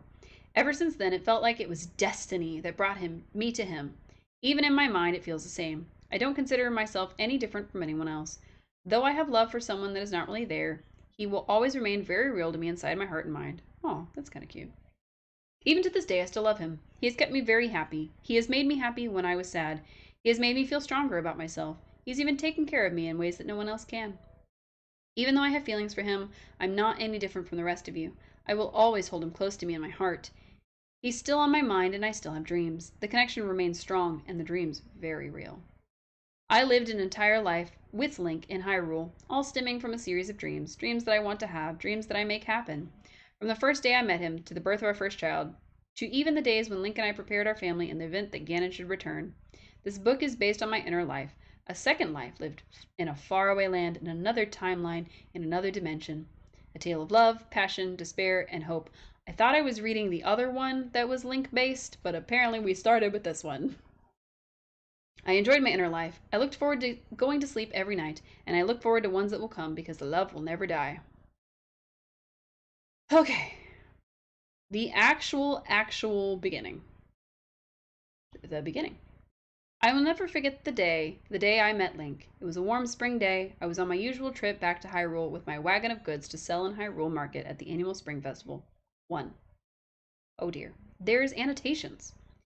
I have been a traveling merchant since I was 14. This is my 6th year returning to Hyrule. The last 2 years I was not able to return when Princess Zelda sent word of an evil presence in Hyrule. Then all contact was lost. For almost 2 years I tried to contact Princess Zelda. Desperately, I kept trying to find out if she was okay. I was never too long without contact with my good friend. Oh, so you're just a good friend with Zelda, just automatically. Got it. Then I was considering going to investigate, when one day word came in that a peace had been restored to Hyrule, due to the legendary hero of time. After some catching up with my old friend, I came to find out what really happened. Seems that a Gerudo named Ganondorf, an evil man from Gerudo Valley, desired the legendary Triforce. Though the Triforce was only told in fairy tales to the children where I come from, I was amazed to find out it really existed. She told me how she played with things she knew nothing about, and about how Ganondorf tricked the soon-to-be hero of time into unlocking the door to the sacred realm. I even noticed that Zelda was a little older than I. Last I saw her, she was 4 years younger than me. It was told to me that when Ganondorf went into the Temple of Time and into the Sacred Realm, time jumped ahead in Hyrule 7 years. Yet only 2 years passed in my land and in the rest of the world. Okay. Trying to follow. Trying very hard to follow. After the hero of time, why is it always in quotations? Defeated the king of evil, the hero was granted to either return to the past or remain in the present time. Since he chose to remain in the present, Zelda jumped ahead of me in age by 4 years. It seems that everyone in Hyrule jumped in age from the rest of the world. But now that peace was restored, life resumed in Hyrule. As I made my way down the desert trail that led to Hyrule, I began to think about whom the legendary hero of time was. I was very interested in meeting this man. Princess Zelda never told me his name, but I was going to make it a point this time to finally meet Hyrule's hero. As I turned off the dirt trail and onto Hyrule Field, Hyrule Castle appeared in the distance. Dust and dirt kicked up behind the wheels of my wagon as it creaked along. Then I came closer to the gates of Hyrule Castle. A familiar face appeared to greet me. I pulled back on the reins to make the horses come to a complete stop in front of the gate. I realized the person greeting me was my good friend Princess Zelda. My good friend Princess Zelda. I wonder why people think you're a Mary Sue. I have been a good friend of the royal family ever since my first arrival in Hyrule 6 years ago. How? Why? Okay. We don't get to know. For Hyrule's annual spring festival. Ever since the first day I met the princess, I have been one of her closest friends. Why? How? I was even considered part of the royal family. How? Why? After I climbed down from my perch on the wagon, I ran over to Zelda and hugged her. Hello, Princess Zelda, my good friend. Yes, it is good to see you. How have you been? That's not how people talk to their friends. Looking at her, I could tell she was happy to see me. Oh, it is so good to see you, my good friend. Or my friend. Come, come, father is waiting to see you. Okay. Leaving my wagon to be tended to by the stable hands, I followed Zelda through the marketplace and to the gates that led to the castle. Weren't you at the gates? Didn't you stop at the gates? Why are you going? Okay. Okay. As we approached the castle gates, I saw some of the same guards I had seen in the past few years. Saluting to Princess Zelda and me was a guard named Perino. I met him a few years back during one of my first visits to Hyrule. He was one of the guards that befriended me the first time I arrived. He smiled, a friendly smile, as we passed by. It's nice to see you again, Mistress Jenna, he said as he waved. As I smiled back, I thought to myself how good it was to be back again. We went through the front gate and made our way towards the palace garden. Upon arriving the gates leading to the garden, another familiar face appeared to greet me. As we walked closer, I realized that the face was of Zelda's caretaker, Impa of the Sheiks. As I walked over to Impa, she turned to fully face me and a small smile crossed her face. It's good to see you again, my friend. How has life been treating you? Impa asked and put a hand on my shoulder. Oh, fine, nothing out of the ordinary. I had to chase some thieves off on the first night that I was on my way here, though after some facing time off, I was able to chase them away with my bow. What? Then I made a big grin as I remembered the looks on the thieves' faces when I rained arrows on them. Well, it seems that with the abilities you possess, you should have no trouble keeping your possessions safe. With another smile, Impa gestured for us to go into the garden. That is where I met him. The man that took my heart. As we walked into the garden, I saw a young man in green with his back facing us, polishing a rather odd sword. As I watched him, I began to notice something about the sword. It had a rather odd shape on the hilt. The hilt was blue, with the top of the hilt looking like a fish's tail. The sword looked rather strangely familiar. I leaned over to Princess Zelda and asked her who the young man was. Oh, that is the legendary hero of time. His name is Link, Zelda replied. My eyes grew as big as saucers as I turned back to look at him. You mean he is the hero of time you told me about? The one who saved Hyrule? Then that must be the legendary Master Sword he's holding? Zelda nodded yes, and then Link turned to look at us. And with one look at his face, my heart sank into my chest. Isn't it already in your chest? He was the most gorgeous man I had ever laid my eyes upon. At that very moment, I fell in love. I bet he's gonna talk. His eyes were looking down into. Wait. His eyes were like looking down into deep pools of water. His lips firm. His ears long and sexy. Beautiful blonde hair that parted in the middle. And his body was so tight and muscular it took my breath away. When our eyes met, I blushed and swiftly looked away. He approached me and took my hand in his, gently kissed it, and asked, "Who might this beautiful young lady be?" She made Link talk. All right. I turned my head back to face him, and as our eyes met again, I blushed. "My name is Jenna. I am a traveling merchant from the great Libyan coast. My village is there. I have been a friend of the royal family for a long time, and I come every year for Hyrule's annual spring festival." If she's from the coast and his village is there, how have they not met before? Okay. He looked into my eyes and smiled. Watching him smile made my heart pound in my chest. He again took my hand in his and kissed it again and spoke. "Nice to meet you, Mistress Jenna." Wait. Okay. So he says you are as beautiful as a winter rose, even though there's quotation marks in between these two sentences. Okay. He said as he stared at me with his enchanted blue eyes. "Thank you," I stammered, and I blushed again. "How much blushing are you doing?" "What are you doing tonight?" he asked with a soft smile. Stunned, not believing my ears, I turned and looked directly into his eyes again. "Nothing, really. I was just going to retire my wagon and cook supper before settling in front of a fire to read a book." With a glint in his eyes, he asked, "Why don't you join me tonight in Kokiri Village for the annual Spring Night celebration?" Annotation number 2. It is a celebration feast that happens the night before the Spring Festival. Without hesitation, I took him up on his offer. Shouldn't you already know about this? Like, if you come every year and you're a merchant, shouldn't you... Okay, alright, okay. Alright. "I would love to go," I said with a soft smile. "I will pick you up this evening," Link said with a grin. Just then a deep voice rumbled through the garden. "Jenna, my dear friend, how have ye been?" A grandfatherly face appeared before me. With a smile, I curtsied before the king. "King Zelda, my old friend, how I have missed you."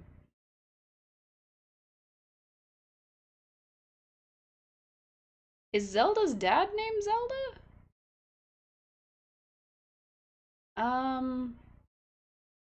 Okay, King Zelda. "My old friend, how I have missed you." "I have been just fine. It is really nice to see you again," I said with excitement in my voice. As always, the king thought of me as a daughter. "Then why are you calling each other my old friend?" "And always looked forward to the day when I would arrive in Hyrule for the annual spring festival." He always liked to see what new merchandise I have picked up thought my travels since the last time I was there, and most of the time he would buy something from me. He always liked it when I would show up, since I would bring lots of fun and happiness. Just a ray of sunshine. As I looked at the king, I realized I was somewhat at home. As he started to approach me, I ran up to the king and gave him a hug. How I missed him. Ever since my parents died when I was very young, I never let anyone get very close to me. You got a best friend and the king is your dad and you're trying to smooch that guy? Okay, all right. But the king was different. He opened up to me, took me into his family, and became like a father to me. He gave me a home to come to every year. When I was in Hyrule, I felt at home. You just... How many times are you going to say home? "Jenna, my sweet daughter." You just said dear friend. "What have ye acquired through thy travels this past year?" I smiled at the king. "You must see some of the new cloth I picked up in the city of what? The city of Great Light." I smiled as the king's eyes grew big. "Jenna, my daughter, you must show me what you've acquired." He took my hand and began to lead me out of the garden. With one last look back at Link, I smiled at him. "See you tonight," I said before I left. After spending some time with the king, he brought some of my new cloth, then let me settle in for the night. I returned to the inside of my wagon and prepared a hot bath. I went to the mirror and brushed my hair while I waited for the water to heat up. After about 5 minutes, the water was ready. I slipped down into the warm water. It felt good against my sore muscles. I began to relax and slowly let my thoughts drift. Link was the only thing on my mind. He is so handsome, I thought to myself. That is the heroic man who became the legendary hero of time and saved Hyrule from a life of darkness. Though something tugged at the back of my mind, I remembered that I had wanted to marry one day. Oh, that was not a comma. Though something tugged at the back of my mind, I remembered that I wanted to marry one day. And Link would be a good choice since he was my age, strong, smart, and handsome, and would help make strong, beautiful children. Yes, indeed, Link would make a good husband. Then I took the soap and washed up. You have met him one time, and you like him for his looks. You don't know his personality. You don't know if you guys are compatible. After I washed, I got out of the tub and dried off. I went to the wardrobe closet to pick out a dress for this evening's occasion. After some rummaging, I picked a low V-cut white dress with lace that held the V together. Gold embroidered Triforce symbols lined the bottom of the dress. And the sleeves started from mid-arm and ran all the way down my arm to my wrist. Mid-arm? Your sleeves start at your elbow? Why do you have elbow sleeves? And why are they so long? You're gonna trip on those. Oh no. They just go to the wrist. So they are only this long? Why? Next, I picked out a gold choker with the Triforce symbol for around my neck, and a gold Triforce ring for my finger. I mean, I may not know too much about Legend of Zelda, but I don't think there's Triforces everywhere. Like I don't think those are just like everywhere and people have jewelry of it and it's on clothing. Okay, all right. Then I had to do my hair. I braided my hair into a halo braid and ran a beautiful silver lace through it. After that, I went to the full-length mirror to look at myself. As I looked myself over, a knock came at the door. "Come," I yelled. Appearing in the doorway was the man I had set my eyes on.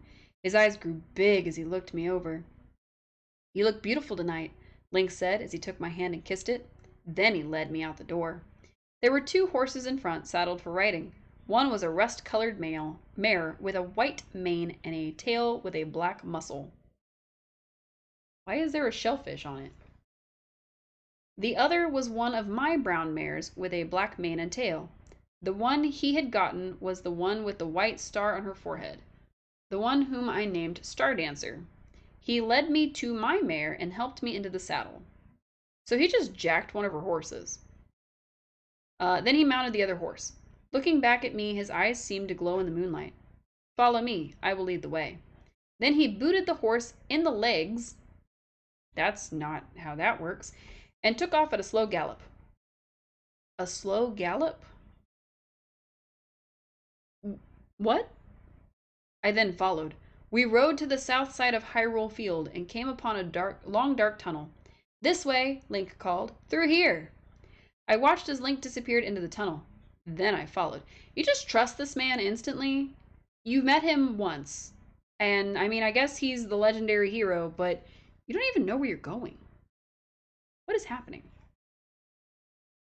At the other end, we crossed a bridge and then into what seemed to be a village. Little people wearing green clothes that looked like kids started to surround us when we stopped. "This is the Kokiri village, the place where I was raised," Link says as he dismounted. After I dismounted, one of the kid-like Kokiri took our horses to tend to them.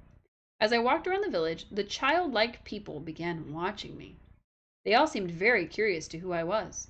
As I looked around at them, I noticed that they had something floating around them. As I took a closer look, I noticed that they looked like fairies from the fairy tales told to us in our village as kids. Were these really fairies from the stories I heard as a child? I thought to myself.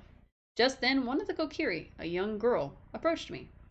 "My name is Saria. What's yours?" the young girl asked. "My name is Jenna. It's a pleasure to meet you," I replied. "Are you the one that came with my friend Link for our spring night festival?" Saria's eyes seemed to glow at that moment. "Yes, he invited me." I said as a smile crossed the Kokiri girl's face. I could tell she knew I had my eyes set on Link, though she remained silent about it. There were male Kokiri as well. One in particular was named Mito. He was the leader of the Kokiri, and a dear friend of Saria and Link. He had a sense of humor, but yet he remained stern and headstrong, for he was their leader and was responsible for their lives. What? It was time for the feast. Saria gestured for me to join them at the feast table. She led me to the seat next to Link. As I sat down next to him, she smiled and winked at me. Did she plan this? I asked myself, then smiled. After a moment, I looked over all the food. There was a great abundance of food to eat. There was cooked pork and a rich chestnut cream sauce, beef stew, cooked turkey, all different kinds of cheeses, bread and butter, cooked vegetables, and even many different kinds of fruit. My mouth began to water. This one isn't nearly as bad as the last one. Honestly, it's just the Link is talking. Like I don't know. I might switch to the other one because this one's not as bad. Like it's not great, but I mean it's not sold to One Direction bad. Let's see. My mouth began to water as I combed over the food. After I served myself, I began to eat. As I was eating, I could not help but notice that Link was watching me out of the corner of his eye. I could feel his stare, though it was pleasant. Then our eyes met and a smile crossed his face. As I stared into his eyes, they seemed to glow under the light of the moon. He looked even more handsome in the moonlight. And I told myself that I would be crazy to pass up a man like this. After everyone finished eating, all of the Kokiri got up and started to dance. Some of the Kokiri even played instruments. As the music drifted in the air, Link took my hand in his. Would you care to dance? I looked at him and smiled. Yes, I'd love to.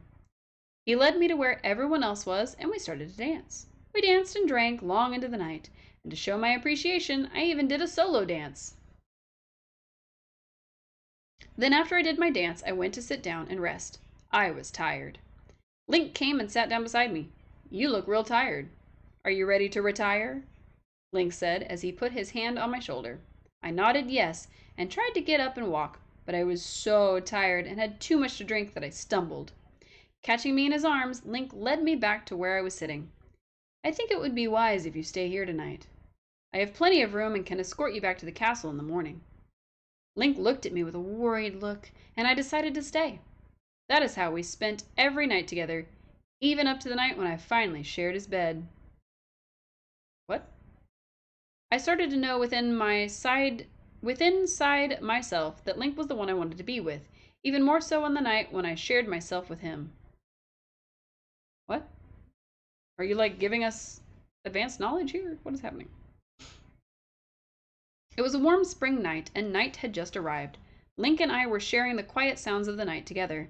I had been singing. Oh, we're just skipping ahead in time. I had been seeing Link for a little more than a month. The spring festival had come and gone, and the warm weather was finally returning. All signs of winter were almost gone, and my time in Hyrule was about to end for this year. In 2 weeks, I would be leaving for the city of Tarvera.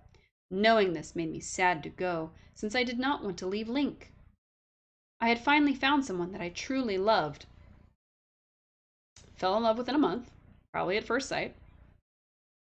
And I would have to leave him behind when it was time to leave. Even Link was not happy after I told him that I would be leaving soon. But when I told him, his face went from happy to a depressed one. He wanted to be with me and wanted me to stay in Hyrule with him. But I was going to spend every last minute I had left enjoying it. We remained quiet for quite some time. Then it was Link who broke the silence. Jenna, it has been a wonderful almost 2 months with you. I watched him as he started to find his words. Even as short as it was, I really enjoyed the time I've spent with you. I wish you did not have to leave. I do not think I will ever find another quite like you, Link said as a look of sadness appeared in his eyes. I'm going to assume all of that was him because I have to, and also, why is it written like this? Why are there quotations in between? I don't understand. Oh, alright. Oh, we're about to get to the sex part. I looked ahead. Link said as a look of sadness appeared in his eyes. At that very moment, I was on the verge of tears. I was in love with him. I leaned over and softly placed my lips on his and kissed him tenderly. Then he looked deeply into my eyes and told me he loved me. With those words, I began to cry. I had never felt this way before, like the way he makes me feel when I'm with him. He gently took his hand and wiped away my tears. Then he put his hand underneath my chin and slowly lifted my head up until our eyes met. With his hand, he drew my face close to his, gently placed his lips on mine, and kissed me softly. At that moment, I took the opportunity to deepen the kiss.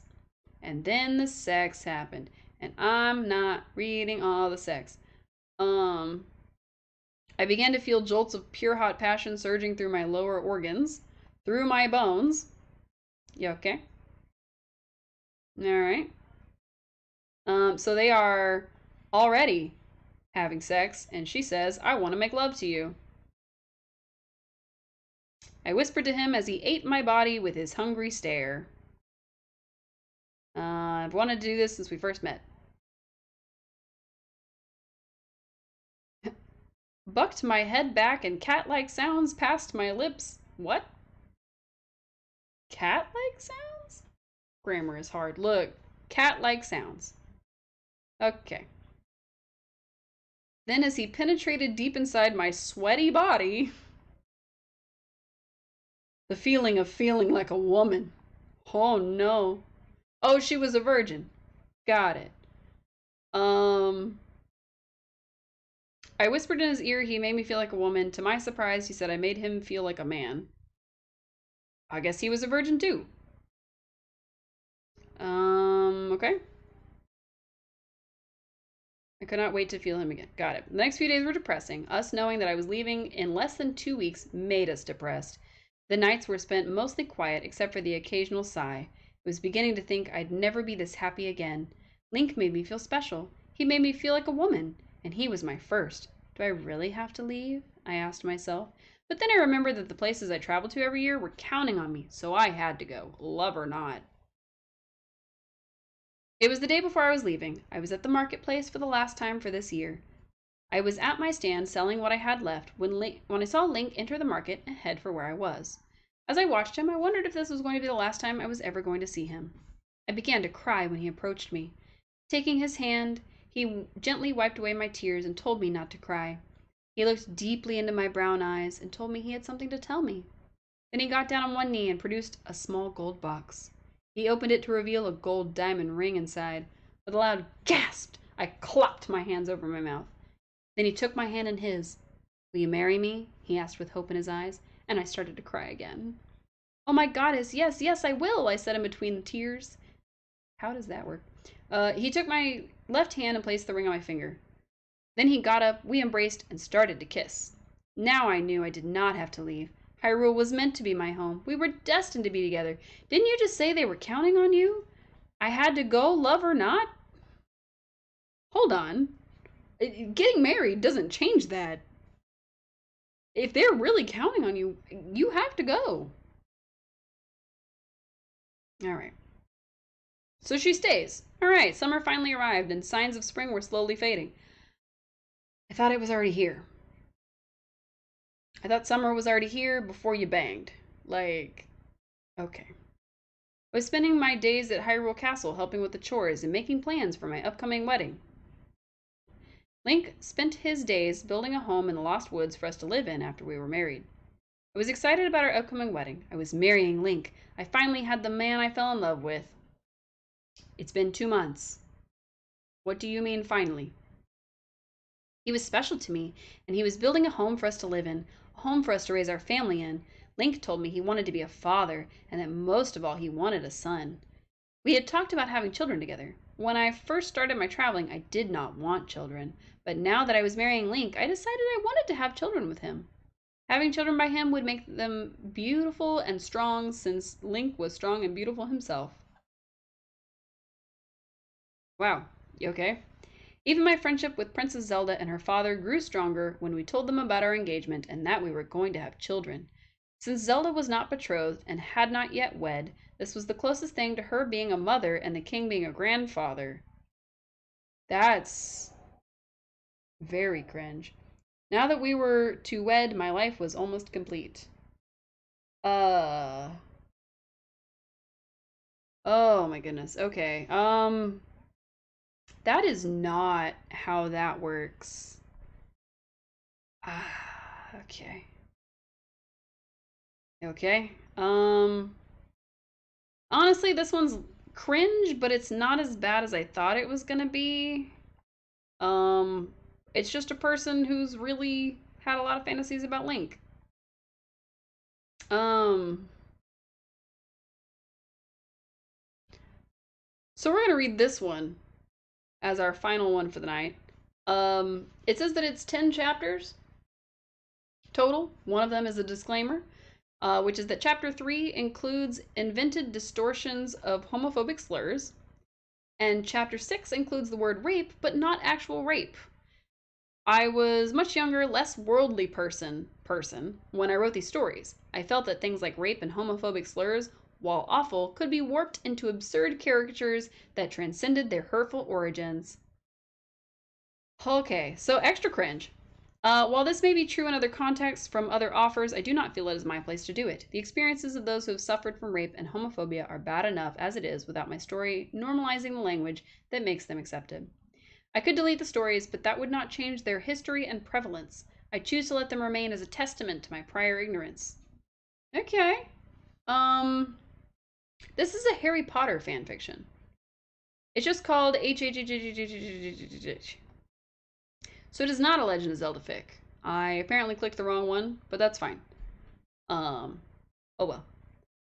Angst and Romance, Bellatrix Lestrange and Seamus Flanagan, whatever his name is. Okay.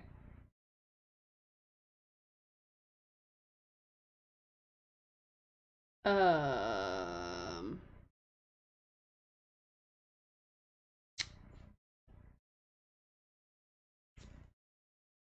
there's no breaks on this, so buckle up. Dobby relished his groin saw's roar as he withdrew the flesh-choked blade from the astronaut's ruined skull. He turned to Harry, thrusting his bloody, retina-covered pelvis with elfin fervor. How does Ronnie Ron taste, master? Harry spat out an eyeball. Like some kid with eyes. Dobby ducked an astronaut's poison-barbed fist, digging his groin saw into the beast's abdomen and letting the spray of viscera wash over his elfin space armor. The skull's eye sockets on his shoulders grew brilliant with an infernal cast and vomited a bolt of light through the astronaut. Oh, an astronaut. He was thrown back against the death wall, his flesh boiling in another dimension. Harry slapped Dobby, who giggled. Harry reminded himself to kill himself later. Master, look out! Dobby's groin saw screamed as it flew off the armor, rocketing through the air like an early dream of mankind. It flew through 3 astronauts who dropped their hell spears as the saw cut a hole in the ground beneath them, so they fell to hell forever. I am very confused by what's happening. I'm very confused on what's supposed to be happening. And there's 8 more chapters to go. Alright. Now, Dobby. Dobby knelt before his master. Harry withdrew his guitar, fuck Slayer, from a dimension where all screamed for naught.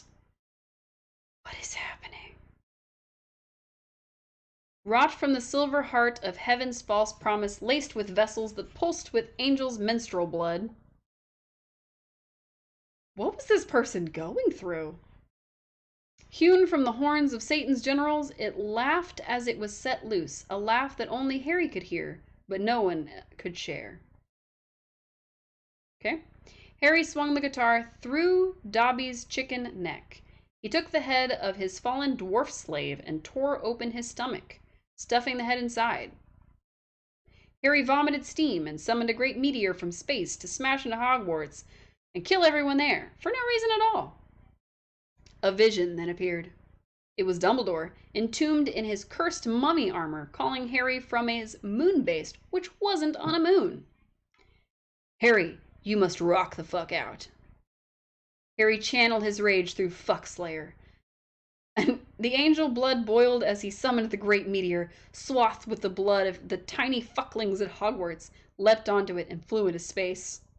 He encased the entire meteor in a wreath of holy fuck fire and flew through Mercury, killing the fuck out of it. Then he sent Mercury's carcass into Venus, killing the fuck out of it and making every vagina in the galaxy explode. And inside every vagina, a booby sang of mortal's life, fleeting precipice. Did this person just, like, shake a dictionary and, like, throw it into a blender and just... this came out of it? What is happening? Harry then did his fly meteor through space, punching astral vampires in half with his fists, encased in fuckfire, and throwing their ruined heads into the past where they bit cavemen on Mars so that history changed and now there are vampire cavemen on Mars. Harry received another vision from Frumblegore, who was having tea and chumpets with the president of Pangea. Care to have tea, Harry? You know I hate chumpets.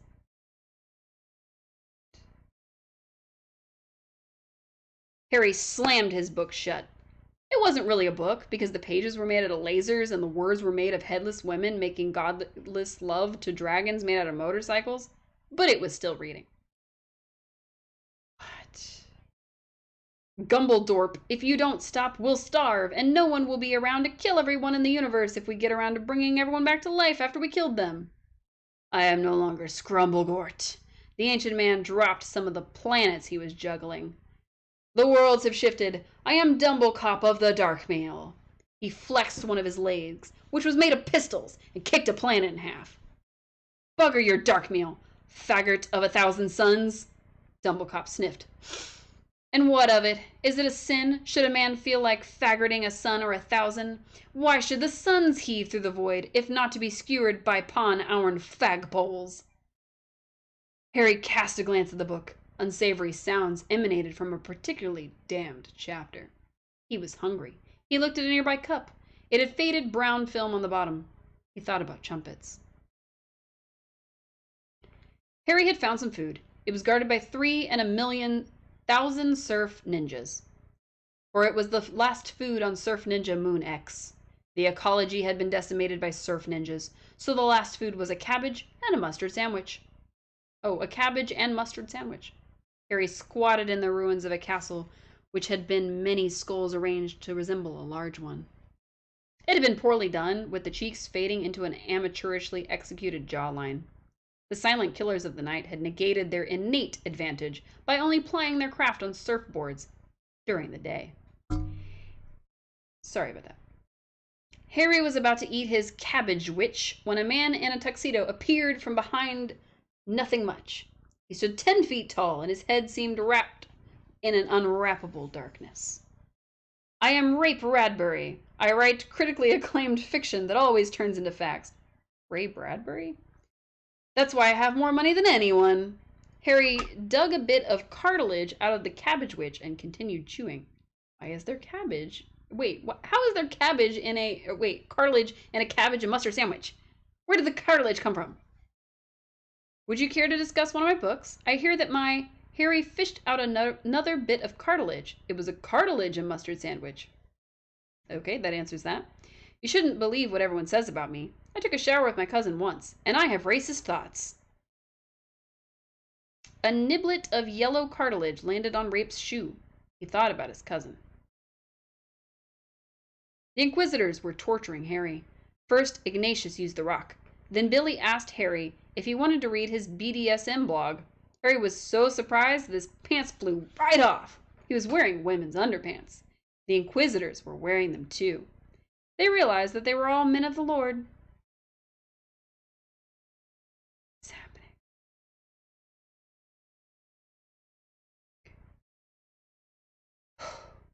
Harry awoke to the throaty grumble of a rape ape. Not a rape ape, but the rape ape. The last of his kind after the subjugation of the rape forest. His people once graced the canopy, their penile digits proudly grasping the vines as they swung through the night, their hundreds of sweaty simian dongs trailing a now fetid memory in the rape ape's watering eye. As his ocular ducts began to well with ancestral pride, So too did the countless meaty members sprouting from the rape ape's every hairy inch. From his eye sockets, ear holes, even his calloused toes, a penile font of cry juice birthed a deluge. What am I even? Harry observed this with consternation as he was tied to a table. Neither magic nor supercosmic strength would free him from his bonds. Had this creature access to an unknown material of deistic strength? Or did the rape ape have a secret yet more baffling? Harry squinted so he could see the subatomic strings of the ropes. He began tossing antimatter at them with his mind as a group of children entered the rape ape's hiding place. They were well groomed and impeccably attired. There were 5.8 of them, just enough to represent an array of genders and races that would leave no one unhappy, save for the Eskimos. They were on their own, as far as the rape ape was concerned. "Why do you cry, rape ape?" asked child 3.2. The rape ape, unwilling to hide its greasy primate cock tears, hung its head, and gravity coaxed the eye wangers downward. It tied them together into a bow atop its head, to be pretty for its guests. "We are bound in this ligature of lingam, brother rape ape," said child 4.6. The children surrounded the rape ape, holding their hands, and began to sing. Harry was transfixed as he watched the children, gently swaying with the song, float skyward. The little ones began to orbit the rape ape, who was convulsing through its as though stricken by the seizure devil. As the song increased in tempo, the child flesh bubbled and merged into a spinning wonder turbine. I want to go back to the Legend of Zelda Dreamfic. That one was better. Merge into a spinning wonder turbine. The fleshy kid mass sprouted hair and groin dribblers just like the rape ape and sprayed confetti into the skies of past and future, setting the constellations aflame with the opalescent of the perished rape apes. An explosion of color and hair left Harry Potter alone and still bound. He thought about sandwiches. All right. Chapter 7.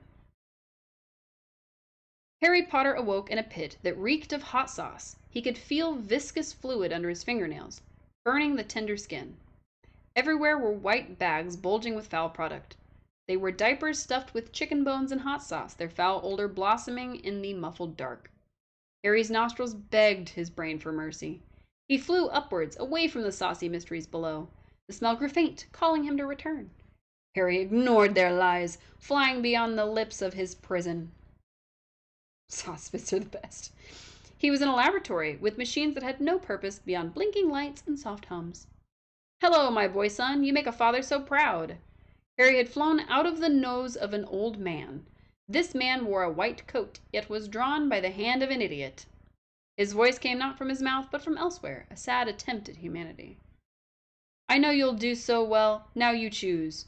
The man reached into his coat and laid out 3 diapers, each brimming with the spicy bones of the nose prison. He removed his head and stuck it on a spike on the counter to keep it from rolling away. The diapers began to stir as creatures clawed out of bony wombs. Arrayed before Harry was a turtle, the reptilian body so frail that it seemed an afterthought to the shell. A bald weasel with toothpicks for legs and a wrinkled thumb in a glass of water. The old man's head called out from the spike. "Everyone has one. Make your best friends for life." Harry drank the glass of thumb water and spat the thumb at the old man's head.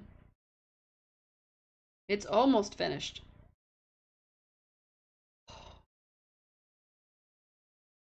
What in the fuck are we reading right now? Severus Snapebottom began his life as a hand on which were perched each of the 5 first presidents of a country called America. The 2 first presidents, Geheb and Swanash, were turned into ashes by a passing wave of fast food regulation. Their ashes were consumed by children in various Wendy's establishments. Each plastic packet was a coffin for their memory, and no one knew their name, even though they were listed on the ingredient list. Those children became soldiers in wars and fought for control of all who had bullets. Whoever shot the most bullets the fastest won. The 3rd president, Woohooly, went to a country that was nothing but a desert with half-buried turkeys. Some turkey butts were above the sand, sometimes a leg or a head. Oh, sometimes turkey butts. Woohooly tripped and fell onto a turkey head, where he was eaten and ordained as a rabbi. He was sent to trim the beards of 157 toads whose beards were absorbing the water that was used for the next year's crop of shovels. Without those shovels, the peasants would be unable to shovel the ashes of their children from the bullet wars. Woohooly took these beards and formed a lasso. This lasso was a ropey wonder. He used it to tear off his penis and write the 13 Commandments of America upon a passing eagle in cock's blood. All right, here's the 13 Commandments of America. 1. You are stupid. 2. Baby, someone cut off my dick and wrote in America with it. 3. If a whale tries to sell you a pumpkin, don't. 4. Your head is an artifice. Throw it away, but don't let anyone see you do it or you'll be kicked out of school. 5. Always collect a ghost shadow if it leaves one behind. It'll be worth something someday. 6. Starbucks napkins are hereby the new currency, but only after they are smeared upon the corpse of a mule. The exchange rate will be 13 mules to 1 napkin. 7. Taxicabs will be used to build a pyramid with 290 sides. It will be the White House, and the president will live there for 17 years at a time while you eat your children's ashes on a bun. 8. On Father's Day, you will enter an invisible box and be plunged into the ocean. There, you will enter an undersea candy store, but you will never have enough Starbucks napkins to get what you want. 9. It is all spam, all of it. Check the box and delete it. Now delete yourself, for you are spam. 10. All clocks will be inscribed with the entirety of the alphabet to save time. This is the alphabet. 6 plus 7 equals A. 14 times 12 is B. 16 minus 11 equals President Woohooly. And so on until you reach the period, which is the end of the alphabet. 11. All previous constitutions were writ by false writers, whose passing eagles were inferior and whose cocks had fewer things in them, except only the American Constitution. 12. Spend your adolescence as a duck, waddling in a circle until you become an egg full of dust. And 13. All time is a knotted ball. You can hide it anywhere in your body, and it is still time. I feel like every word in the English dictionary is in this fanfiction, scrambled around, and just there. All right. That or this person was really high. President number 4, whose name was not a name, but a multitude of hot dogs in the shape of swastikas, decided that he would create the Gilded Age. This was a time in which every edge was embossed with a golden trim, like a wedding cake invented by Thomas Edison. All the women wore bonnets made of butter, and were picked up by their feet and spread on toast in the summer. It was all for naught, because this was not the toast of the righteous. It was a feebled toast, one which withered with the coming of the sun. Not even the crows would touch it, preferring the taste of moldering poop water. But the crows were put in dresses and sold to the highest bidder, where they underwent liposuction. President 5 disliked the conservative leanings of his brothers, so he became an infinite two-dimensional grid of pink and green squares. Each square had a vagina on it. These vaginas each emitted a spear of light, upon which was skewered an endless succession of planets. Each carried a culture dedicated to a single sex act. The further down the skewer the planet was, the more orifices possessed by its denizens, and the more gymnastic their sexual culture. The worlds... ...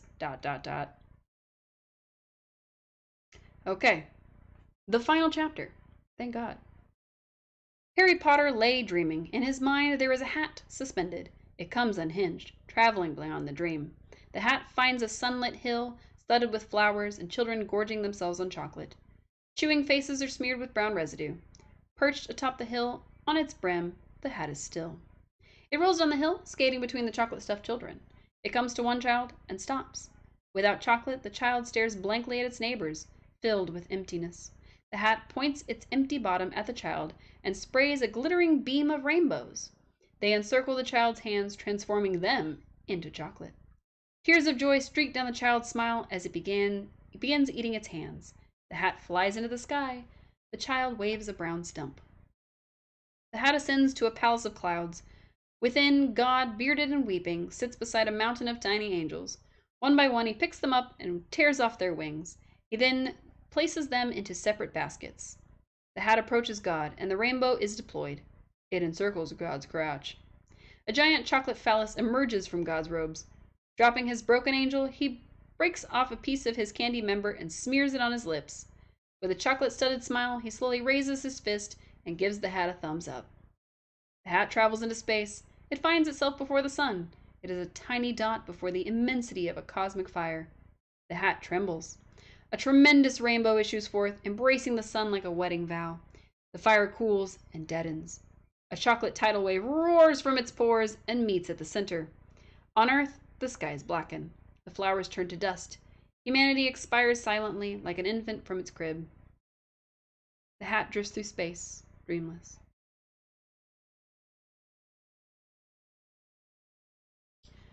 I knocked my ear off.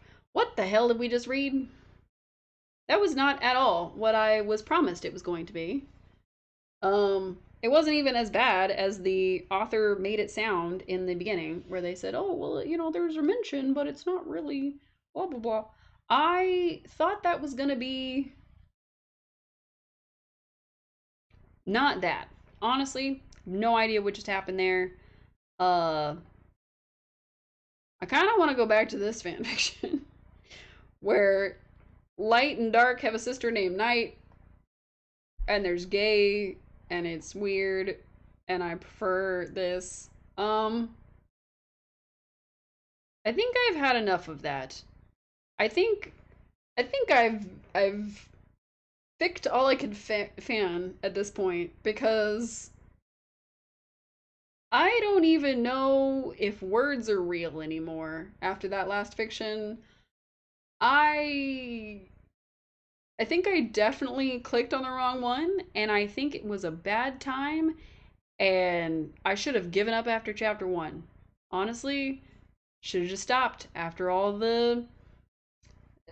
that. That was terrible. I mean, I was looking for the worst fanfiction, and I definitely found several. Um, but yeah, I think we're gonna come back to the Light and Dark, The Adventures of Dark Yagami, at some point. Because we gotta finish it. And yeah, I don't know. I don't think we'll keep reading My Inner Life. Um, it really just seems like somebody who really loves Link, and yeah, it's kind of cringe, but it's not really bad in the same way that some of these others have been.